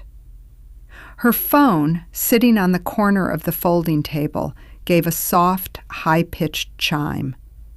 Clara set the iron on its heel and picked up the device. The screen displayed a notification from her private banking application. The transfer of $3,420 from the joint household account had cleared. The transaction was fully complete. Her private savings balance now stood at $84,870. She stared at the digital numbers for 3 seconds. The financial foundation of her exit was completely locked in, untraceable to any sudden or suspicious movements that could be halted by Richard's lawyers. She put her phone in her pocket, unplugged the iron, and carried the blue shirt upstairs. At exactly 9:28, the low, sporty rumble of Chloe's car echoed through the open windows of the master bedroom. Clara was helping Richard put on his leather loafers. He sat on the edge of the bed, his head tilted toward the window, his expression instantly shifting into that eager, alert smile he saved only for Friday mornings. "She's here," he said, his voice carrying a rasping excitement. Make sure the hallway is clear, Clara. I don't want her tripping over any laundry baskets today." "The hallway is perfectly clear, Richard," Clara said, her voice even. She stood up, her back straight. She did not feel the usual dull ache in her lower spine. She had not helped him transfer from the bed today, forcing him to slide his own hips and use his own core muscles to sit upright. He had complained bitterly about the stiffness in his lower back, but Clara had simply stood by, offering only her hand for light balance. The front doorbell rang, its chimes echoing through the vast, quiet house. Clara walked downstairs, opened the heavy front door, and let Chloe in. The young physical therapist stepped into the foyer, smelling of a sweet artificial peach perfume and clean laundry. She wore a bright red athletic top and black leggings, her blonde ponytail bouncing as she shook her wet umbrella. "Morning, Clara," Chloe said, her voice high and musical. "Cold one out there today, isn't it? Is Richard ready to do some work?" "He is upstairs," Clara said. "He is waiting for you." Chloe marched past her, her white sneakers squeaking loudly against the marble tile of the foyer. She did not wait for Clara. She ascended the stairs 2 at a time, her leather bag bouncing against her hip. Clara followed her up at a slow, measured pace. When she reached the master bedroom doorway, she did not enter. She stood in the shadow of the doorframe, her hands resting quietly in her apron pockets, and watched them. Richard sat in his armchair, his blue linen shirt looking bright under the yellow light of the floor lamp. Chloe was kneeling in front of him, her hands gently holding his weak left wrist as she guided his arm through a series of slow, circular mobility exercises. "There we go, Richard," Chloe cooed, her face close to his. "You have such great extension today. See? You're getting stronger every single week." "It's the blue shirt," Richard smiled, his cheeks flushing a faint, happy pink. "It gives me energy." "You look absolutely wonderful in it," Chloe beamed, patting his arm. "We are going to try some standing balance exercises next. I want to see if you can hold your own weight for 30 seconds without the walker." Richard nodded eagerly, his chest swelling with pride. He was determined to prove his strength to her. He didn't see the subtle tension in Chloe's shoulders, or the way her eyes darted to his weak left knee, anticipating the moment his joint would begin to tremble under his weight. Clara watched Chloe's face. She performed a silent, devastating calculation. Chloe believed she was navigating a highly profitable, temporary relationship with a wealthy older man. She believed that by accepting the role of sole trustee and primary beneficiary of his new estate trust, she was securing a future of absolute luxury and financial freedom.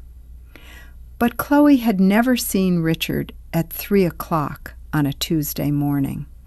She had never seen him wet, confused, and shivering from a sudden spike in his blood pressure, his skin smelling of sweat and stale urine. She had never had to slide her hands beneath his heavy, unresponsive hips to clean his skin, or listen to him scream in frustration because his fingers couldn't grip a plastic spoon. She had never had to coordinate 3 different pharmacies, manage the delivery of oxygen tanks, or spend her holidays sitting in the sterile, green-lit waiting rooms of private cardiology clinics. Chloe saw only 90 minutes of his absolute best self 3 times a week. She saw the man who had been washed, dressed, medicated and fed by Clara's tireless, invisible hands. When Clara walked out on Sunday evening, that invisible infrastructure would instantly vanish. The primary trust assets would be locked, but those assets could not cook a meal, empty a catheter, or lift a 71-year-old stroke patient off the floor. Chloe would find herself trapped in a grueling 24-hour nightmare of physical labor and medical panic. She would be forced to choose between spending her inheritance on expensive, round-the-clock nursing agencies that would rapidly drain the trust, or physically performing the dirty, exhausting work of a nurse herself. The fortune Chloe believed she had won would become the very anchor that would drag her down into his physical decay. Clara stepped back into the quiet hallway, her face completely still. She did not feel a trace of guilt or hesitation. She had spent 30 years paying her dues to this house, and the ledger was finally clean. She walked down the stairs to the kitchen, leaving the high-pitched sound of Chloe's laughter and the slow, heavy scraping of her husband's feet behind her. By 1:30 on Friday afternoon, the physical therapy session had ended. The rain had begun to fall again, a steady gray drizzle that tapped softly against the high glass panes of the sunroom. Clara stood at the entrance of the sunroom, holding a small wooden tray. Chloe was adjusting the strap of her leather gym bag, her cheeks still slightly flushed from the session. Richard sat in his wicker armchair, his chest rising and falling with a shallow, satisfied rhythm. On the glass table between them lay the legal documents from Sterling and Associates, now fully signed, witnessed, and sealed in a heavy manila folder. "Clara!" Richard called out, his voice carrying a sharp, ringing clarity that seemed amplified by the quiet room. "Take this folder. I want you to place it in the mailbox at the end of the driveway for the evening courier pickup. It must go out today." Clara walked forward. She set her tray down on the side table and picked up the heavy folder. The paper felt thick and stiff in her hands, representing the legal finality of her own displacement. "Of course, Richard," Clara said, her voice smooth and devoid of any hesitation. Before she could turn to leave, Richard raised his hand, gesturing for her to wait. He looked up at her, his eyes narrow and bright, with the patronizing authority of a master addressing a long-term servant. "There is one more thing, Clara," he said, leaning back into his cushions. His voice was casual, as if he were delivering a minor household instruction. "I had Sterling add a small rider to the maintenance agreement for the caretaker's cottage. Since you will be residing there permanently, and your daily duties here will be naturally reduced once we hire additional support, you will be responsible for keeping the orchard paths clear." Clara did not move. She did not lower the folder. She simply stood there, her pale eyes fixed on his face. "The orchard paths?" she repeated quietly. "Yes," Richard said, nodding as if his request were the most logical thing in the world. "The pine needles and loose stones accumulate down there during the autumn, and the weeds are starting to take over the stone steps. Chloe likes to walk through the orchard after our therapy sessions. We wouldn't want her twisting her ankle on the debris. It's a simple task, and it will give you some fresh air." Chloe, standing next to her bag, let out a soft, sweet giggle. She stepped closer to Richard, her hand resting lightly on the back of his chair, her bright blue eyes turning to Clara with a look of warm, unvarnished condescension. "Oh, yes, Clara, that would be absolutely wonderful," Chloe said, her voice dripping with artificial sweetness. "The view of the valley from the orchard is just beautiful, but those loose stones are so slippery in my trainers. You're so wonderfully tidy with the house. I'm sure you'll have those paths looking perfect in no time."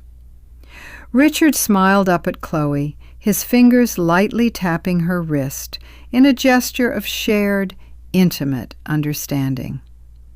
"It is settled, then," Richard said, turning his gaze back to Clara.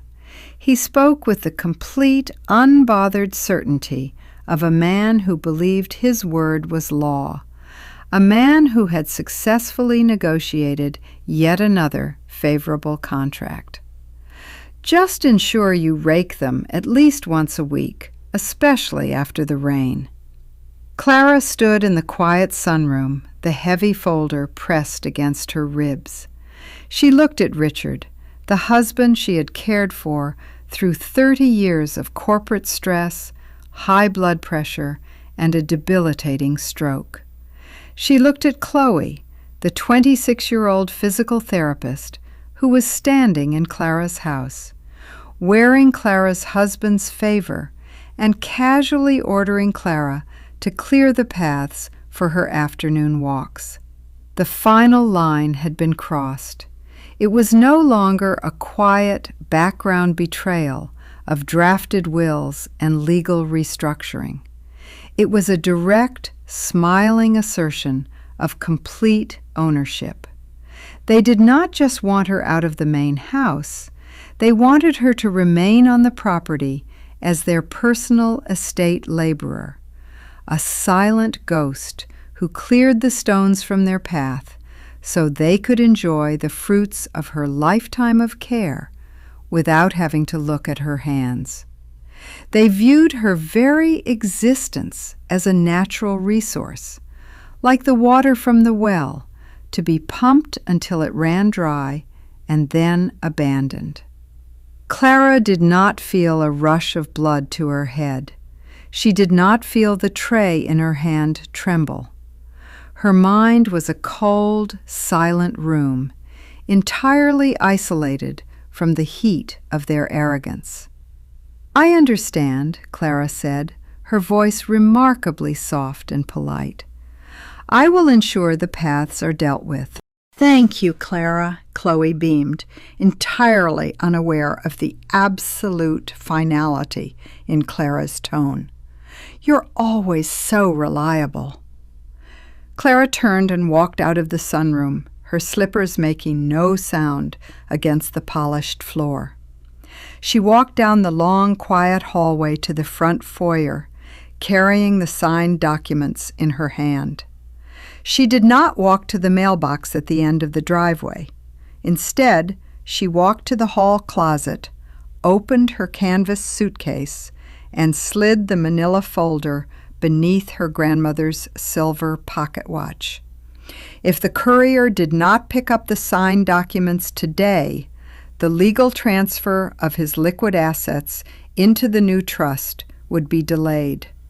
The lawyer, Mr. Sterling, would assume the courier had simply missed the pickup over the weekend, and he would not follow up until Monday afternoon. By Monday afternoon, Clara would be 500 miles away, and Richard would be sitting in his locked bedroom, entirely alone, trying to figure out how to open his own safe. Clara closed the closet door, locking it with a quiet click. She walked back to the kitchen, took a deep breath of the cold, damp air coming through the screen door, and began to prepare his afternoon tea. At 7:30 on Saturday morning, the estate was wrapped in a profound, heavy silence. The rain had cleared overnight, leaving the vast lawns covered in a silver dew that glistened under the pale, horizontal rays of the early sun. Clara stood in her small bedroom, her closet doors open. The room was cool, smelling faintly of lavender and old wood. She had already dressed in her simple daily uniform of gray trousers and a navy sweater. She reached into the back of her drawer and pulled out a small, tarnished silver locket. Inside was a tiny black and white photograph of her mother as a young girl, smiling on a beach in Maine.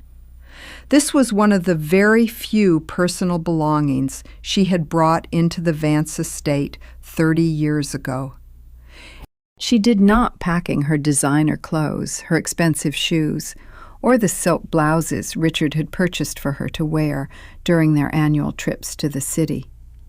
She left them hanging in the closet, their neat rows looking like a silent, empty gallery of a life she was leaving behind. She took only her grandmother's silver watch, her original nursing textbooks, her personal identification documents, and her mother's locket. She slid the locket into the side pocket of her canvas suitcase, right next to the thick manila folder containing Richard's signed estate documents.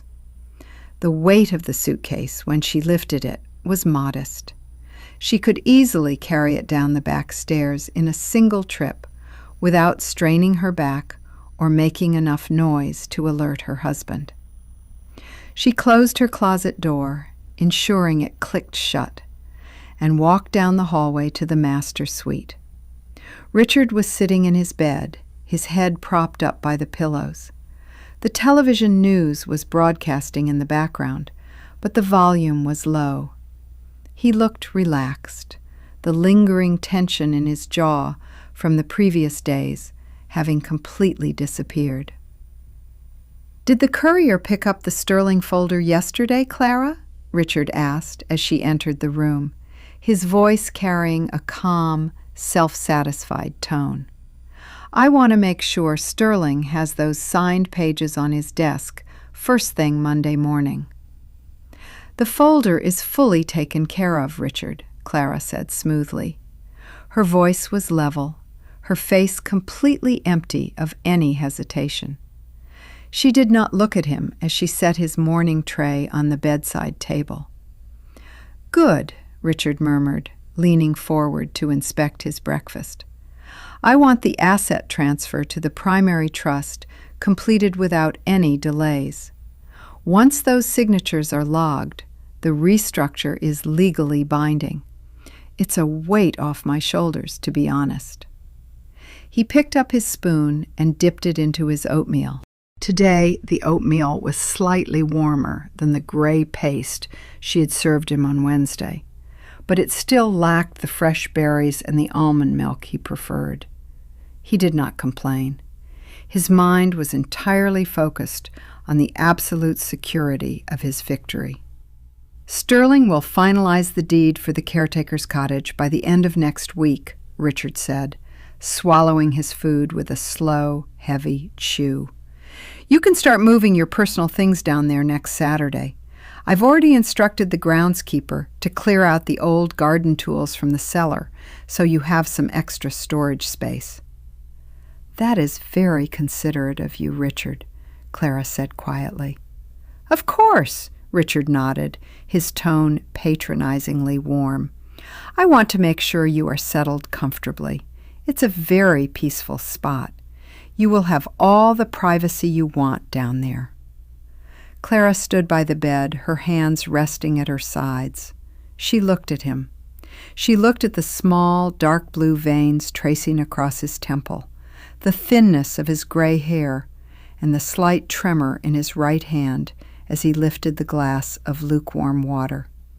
He was completely, utterly at her mercy.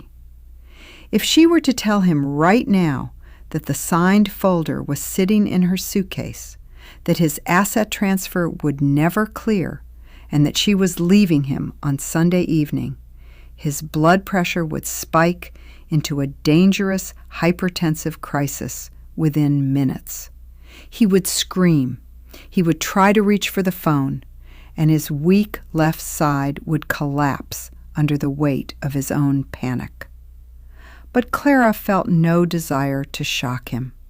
She felt no need for a dramatic confrontation, no urge to see him beg or rage. Confrontation was a waste of physical and emotional energy.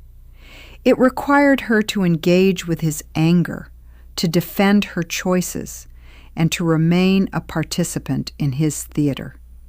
She chose silence.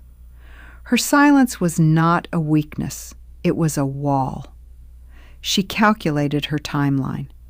It was Saturday morning. She had exactly 36 hours left in this house. She had exactly 3 meals left to prepare for him: Saturday lunch, Saturday dinner, and Sunday breakfast. The bank transfer of her $3,420 was fully cleared and sitting secure in her private account. Her silver sedan had a full tank of fuel. Her canvas suitcase was locked. Every single piece of her departure was quietly, systematically aligned. She picked up the empty water glass from the tray. "I will be downstairs organizing the laundry, Richard. Please call if you need your positioning pillow adjusted." Richard did not look up from his television. "I'm fine, Clara. Just make sure the blue linen shirt is washed and pressed again for next week. Chloe said she wants to try the outdoor walking path on Friday, and I want to look my best." "I will ensure the shirt is ready," Clara said. She walked out of the room, closing the heavy mahogany door behind her with a soft, final click. She descended the stairs, her steps light and unhurried.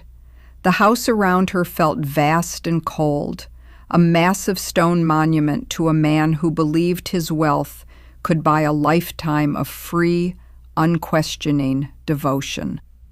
And in exactly 36 hours, he would find out exactly how much that devotion was worth.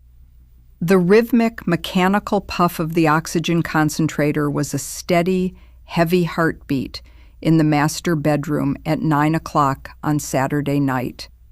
Clara stood in the adjoining medical prep area, her fingers working with a quiet, detached efficiency under the harsh glare of the fluorescent tube light. She was preparing Richard's nightly nebulizer treatment. She measured exactly 3 milliliters of sterile saline solution into the small plastic cup of the mask, adding 5 drops of albuterol using a glass dropper. The sharp, slightly metallic smell of the medication rose from the liquid, mingling with the persistent scent of menthol rub that clung to her apron. This was the last breathing treatment she would ever prepare for him. She carried the plastic mask and the thin blue tubing into the bedroom. Richard was lying on his back, his face looking pale and sunken in the dim light of the bedside lamp. His chest rose and fell with a shallow, congested effort, his breathing carrying a soft, wet rattle that she had monitored for 6 years. He didn't look up when she entered. He was watching a silent documentary on his tablet, his thumb hovering over the screen. "Your breathing treatment is ready, Richard," Clara said, her voice smooth and devoid of any emotion. She leaned over the bed to adjust the elastic strap of the mask behind his head. Her hands were perfectly steady. She did not feel the usual instinctive urge to adjust his pillows first, or to ask if his chest felt tight. She simply pulled the mask over his nose and mouth, ensuring the seal was tight, and flipped the power switch on the small machine. The machine began to hum, a loud, vibrating drone that filled the quiet room. A fine white mist began to puff through the plastic vents of the mask, swirling around his chin. Richard grimaced beneath the plastic, his voice muffled and raspy through the mist. "This strap is too tight on my left ear, Clara," he complained, his fingers twitching against the top sheet. "Loosen it." "And the mist is too cold tonight. Did you use the room temperature saline, or did you get it from the refrigerator again?" "The saline is at room temperature," Clara replied, her voice level. "The strap is positioned at the standard tension to ensure the medication does not leak into your eyes." She did not reach out to adjust the elastic. She stepped back, her hands resting quietly in her apron pockets. Richard glared at her through the clear plastic of the mask, his chest heaving as he took a deep, forced breath of the medicated steam. "You've been incredibly distant all day, Clara," he muttered, his voice sounding hollow inside the mask. "I don't know what has gotten into you." If you're trying to make me feel guilty about the caretaker's cottage, you're wasting your time. It's a done deal. The papers are signed. You need to accept that things are changing. "I have fully accepted it, Richard," Clara said quietly. "And make sure you write down the daily medical schedule for the new caregiver when she starts next month," Richard added, his eyes turning back to his tablet. "I don't want some agency girl fumbling with the nebulizer or getting the insulin doses wrong. You need to document every single step of my routine so there is no confusion."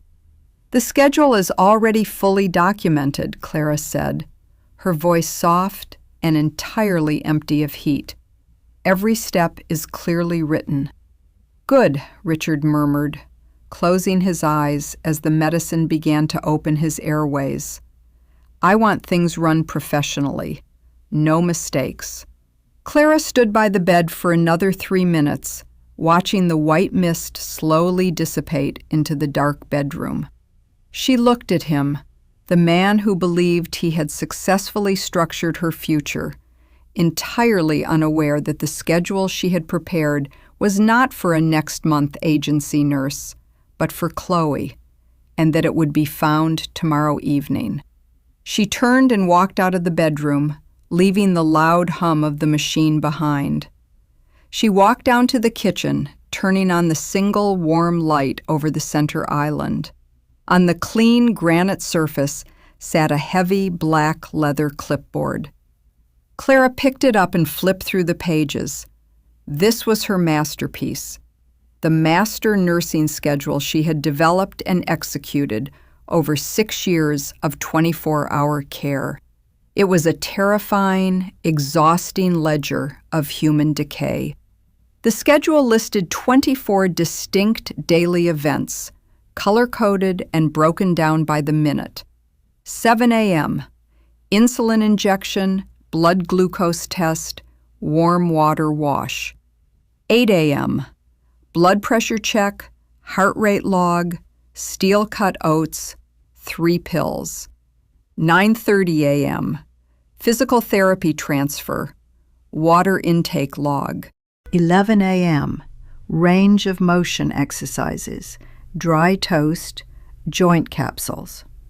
Noon, second blood pressure check, positioning shift to prevent pressure sores.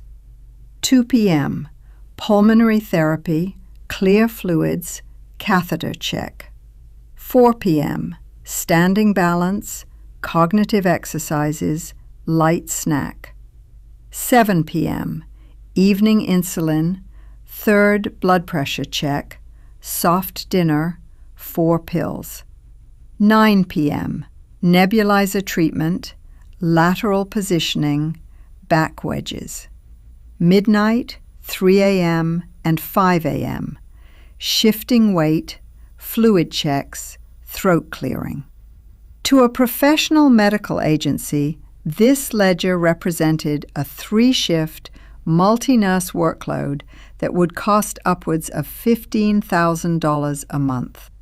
To Chloe Avery, a 26-year-old physical therapist who was accustomed to 90 minutes of light exercise a few times a week, this ledger would be a physical and emotional death warrant.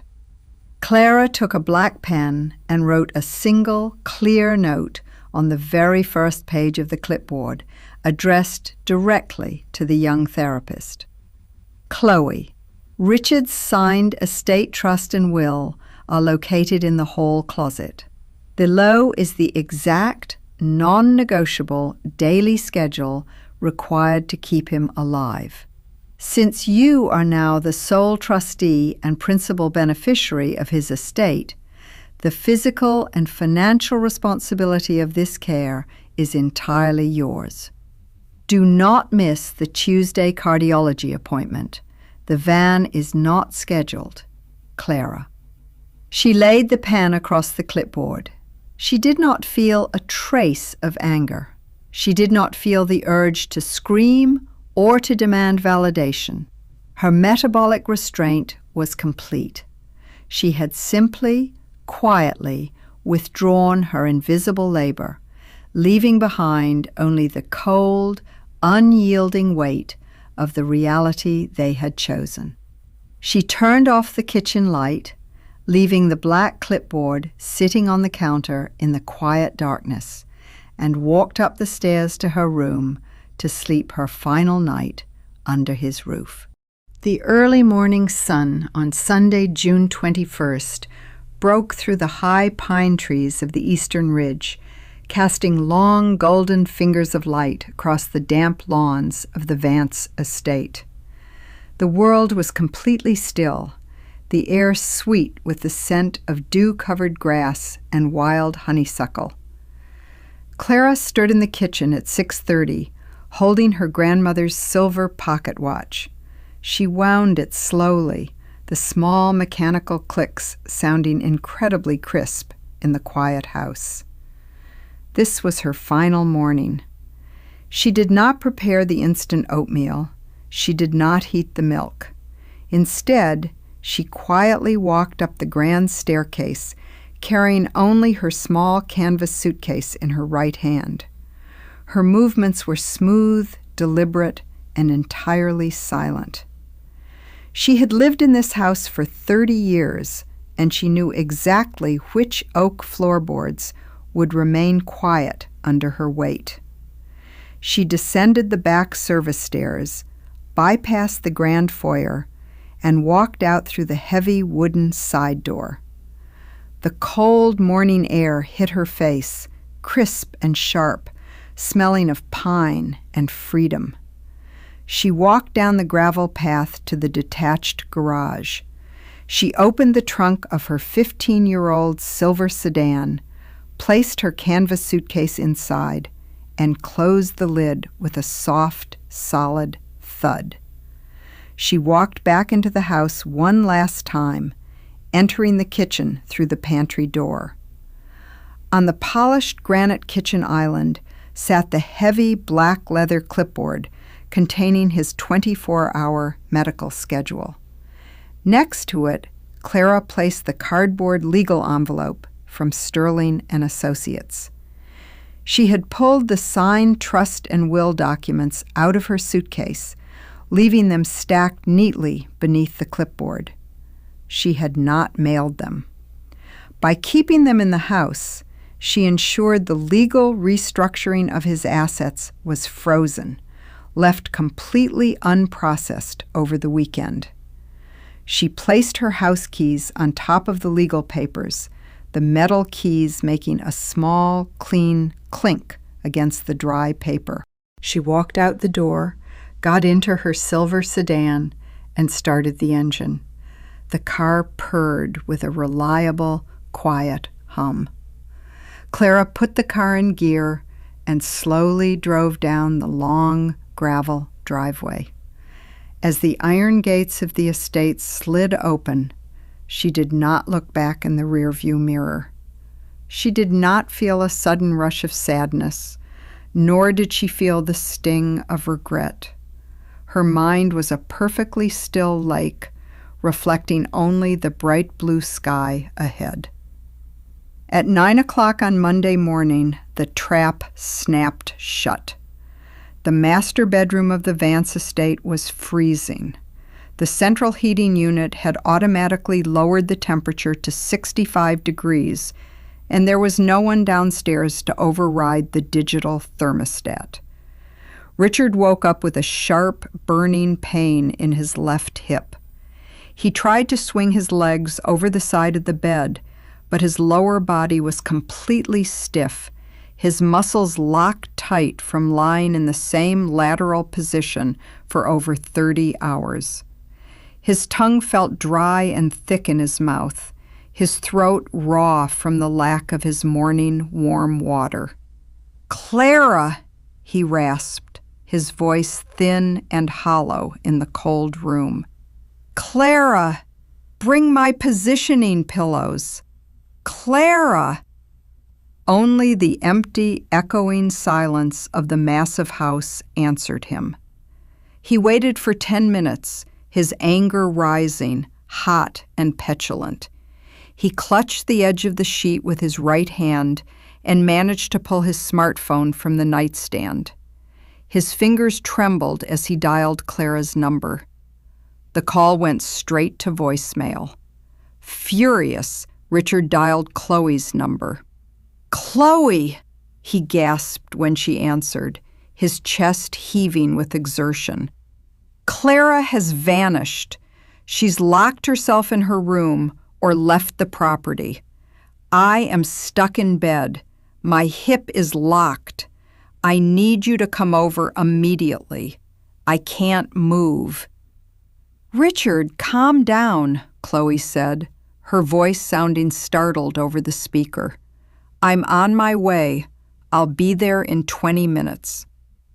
When Chloe arrived, the grand front door was unlocked. She stepped into the foyer, her white sneakers squeaking loudly against the cold marble. The house felt dead, smelling of stale eucalyptus ointment and cold air. "Richard!" she called out, walking up the stairs. She found him disheveled, sweat-stained, and shivering in his bed, his face flushed a dangerous, deep red.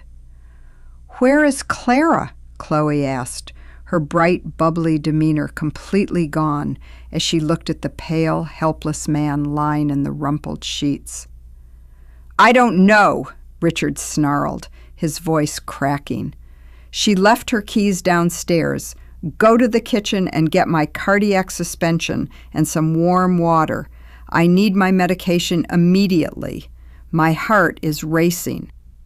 Chloe ran down the stairs to the kitchen. She turned on the light, her eyes immediately scanning the clean counters. On the center island sat the black leather clipboard, the signed legal documents, and Clara's keys. Chloe walked over and picked up the clipboard. Her eyes widened as she read the handwritten note on the first page, her face turning pale under the fluorescent lights. "Chloe, Richard's signed estate trust and will are located in the hall closet. Below is the exact, non-negotiable daily schedule required to keep him alive.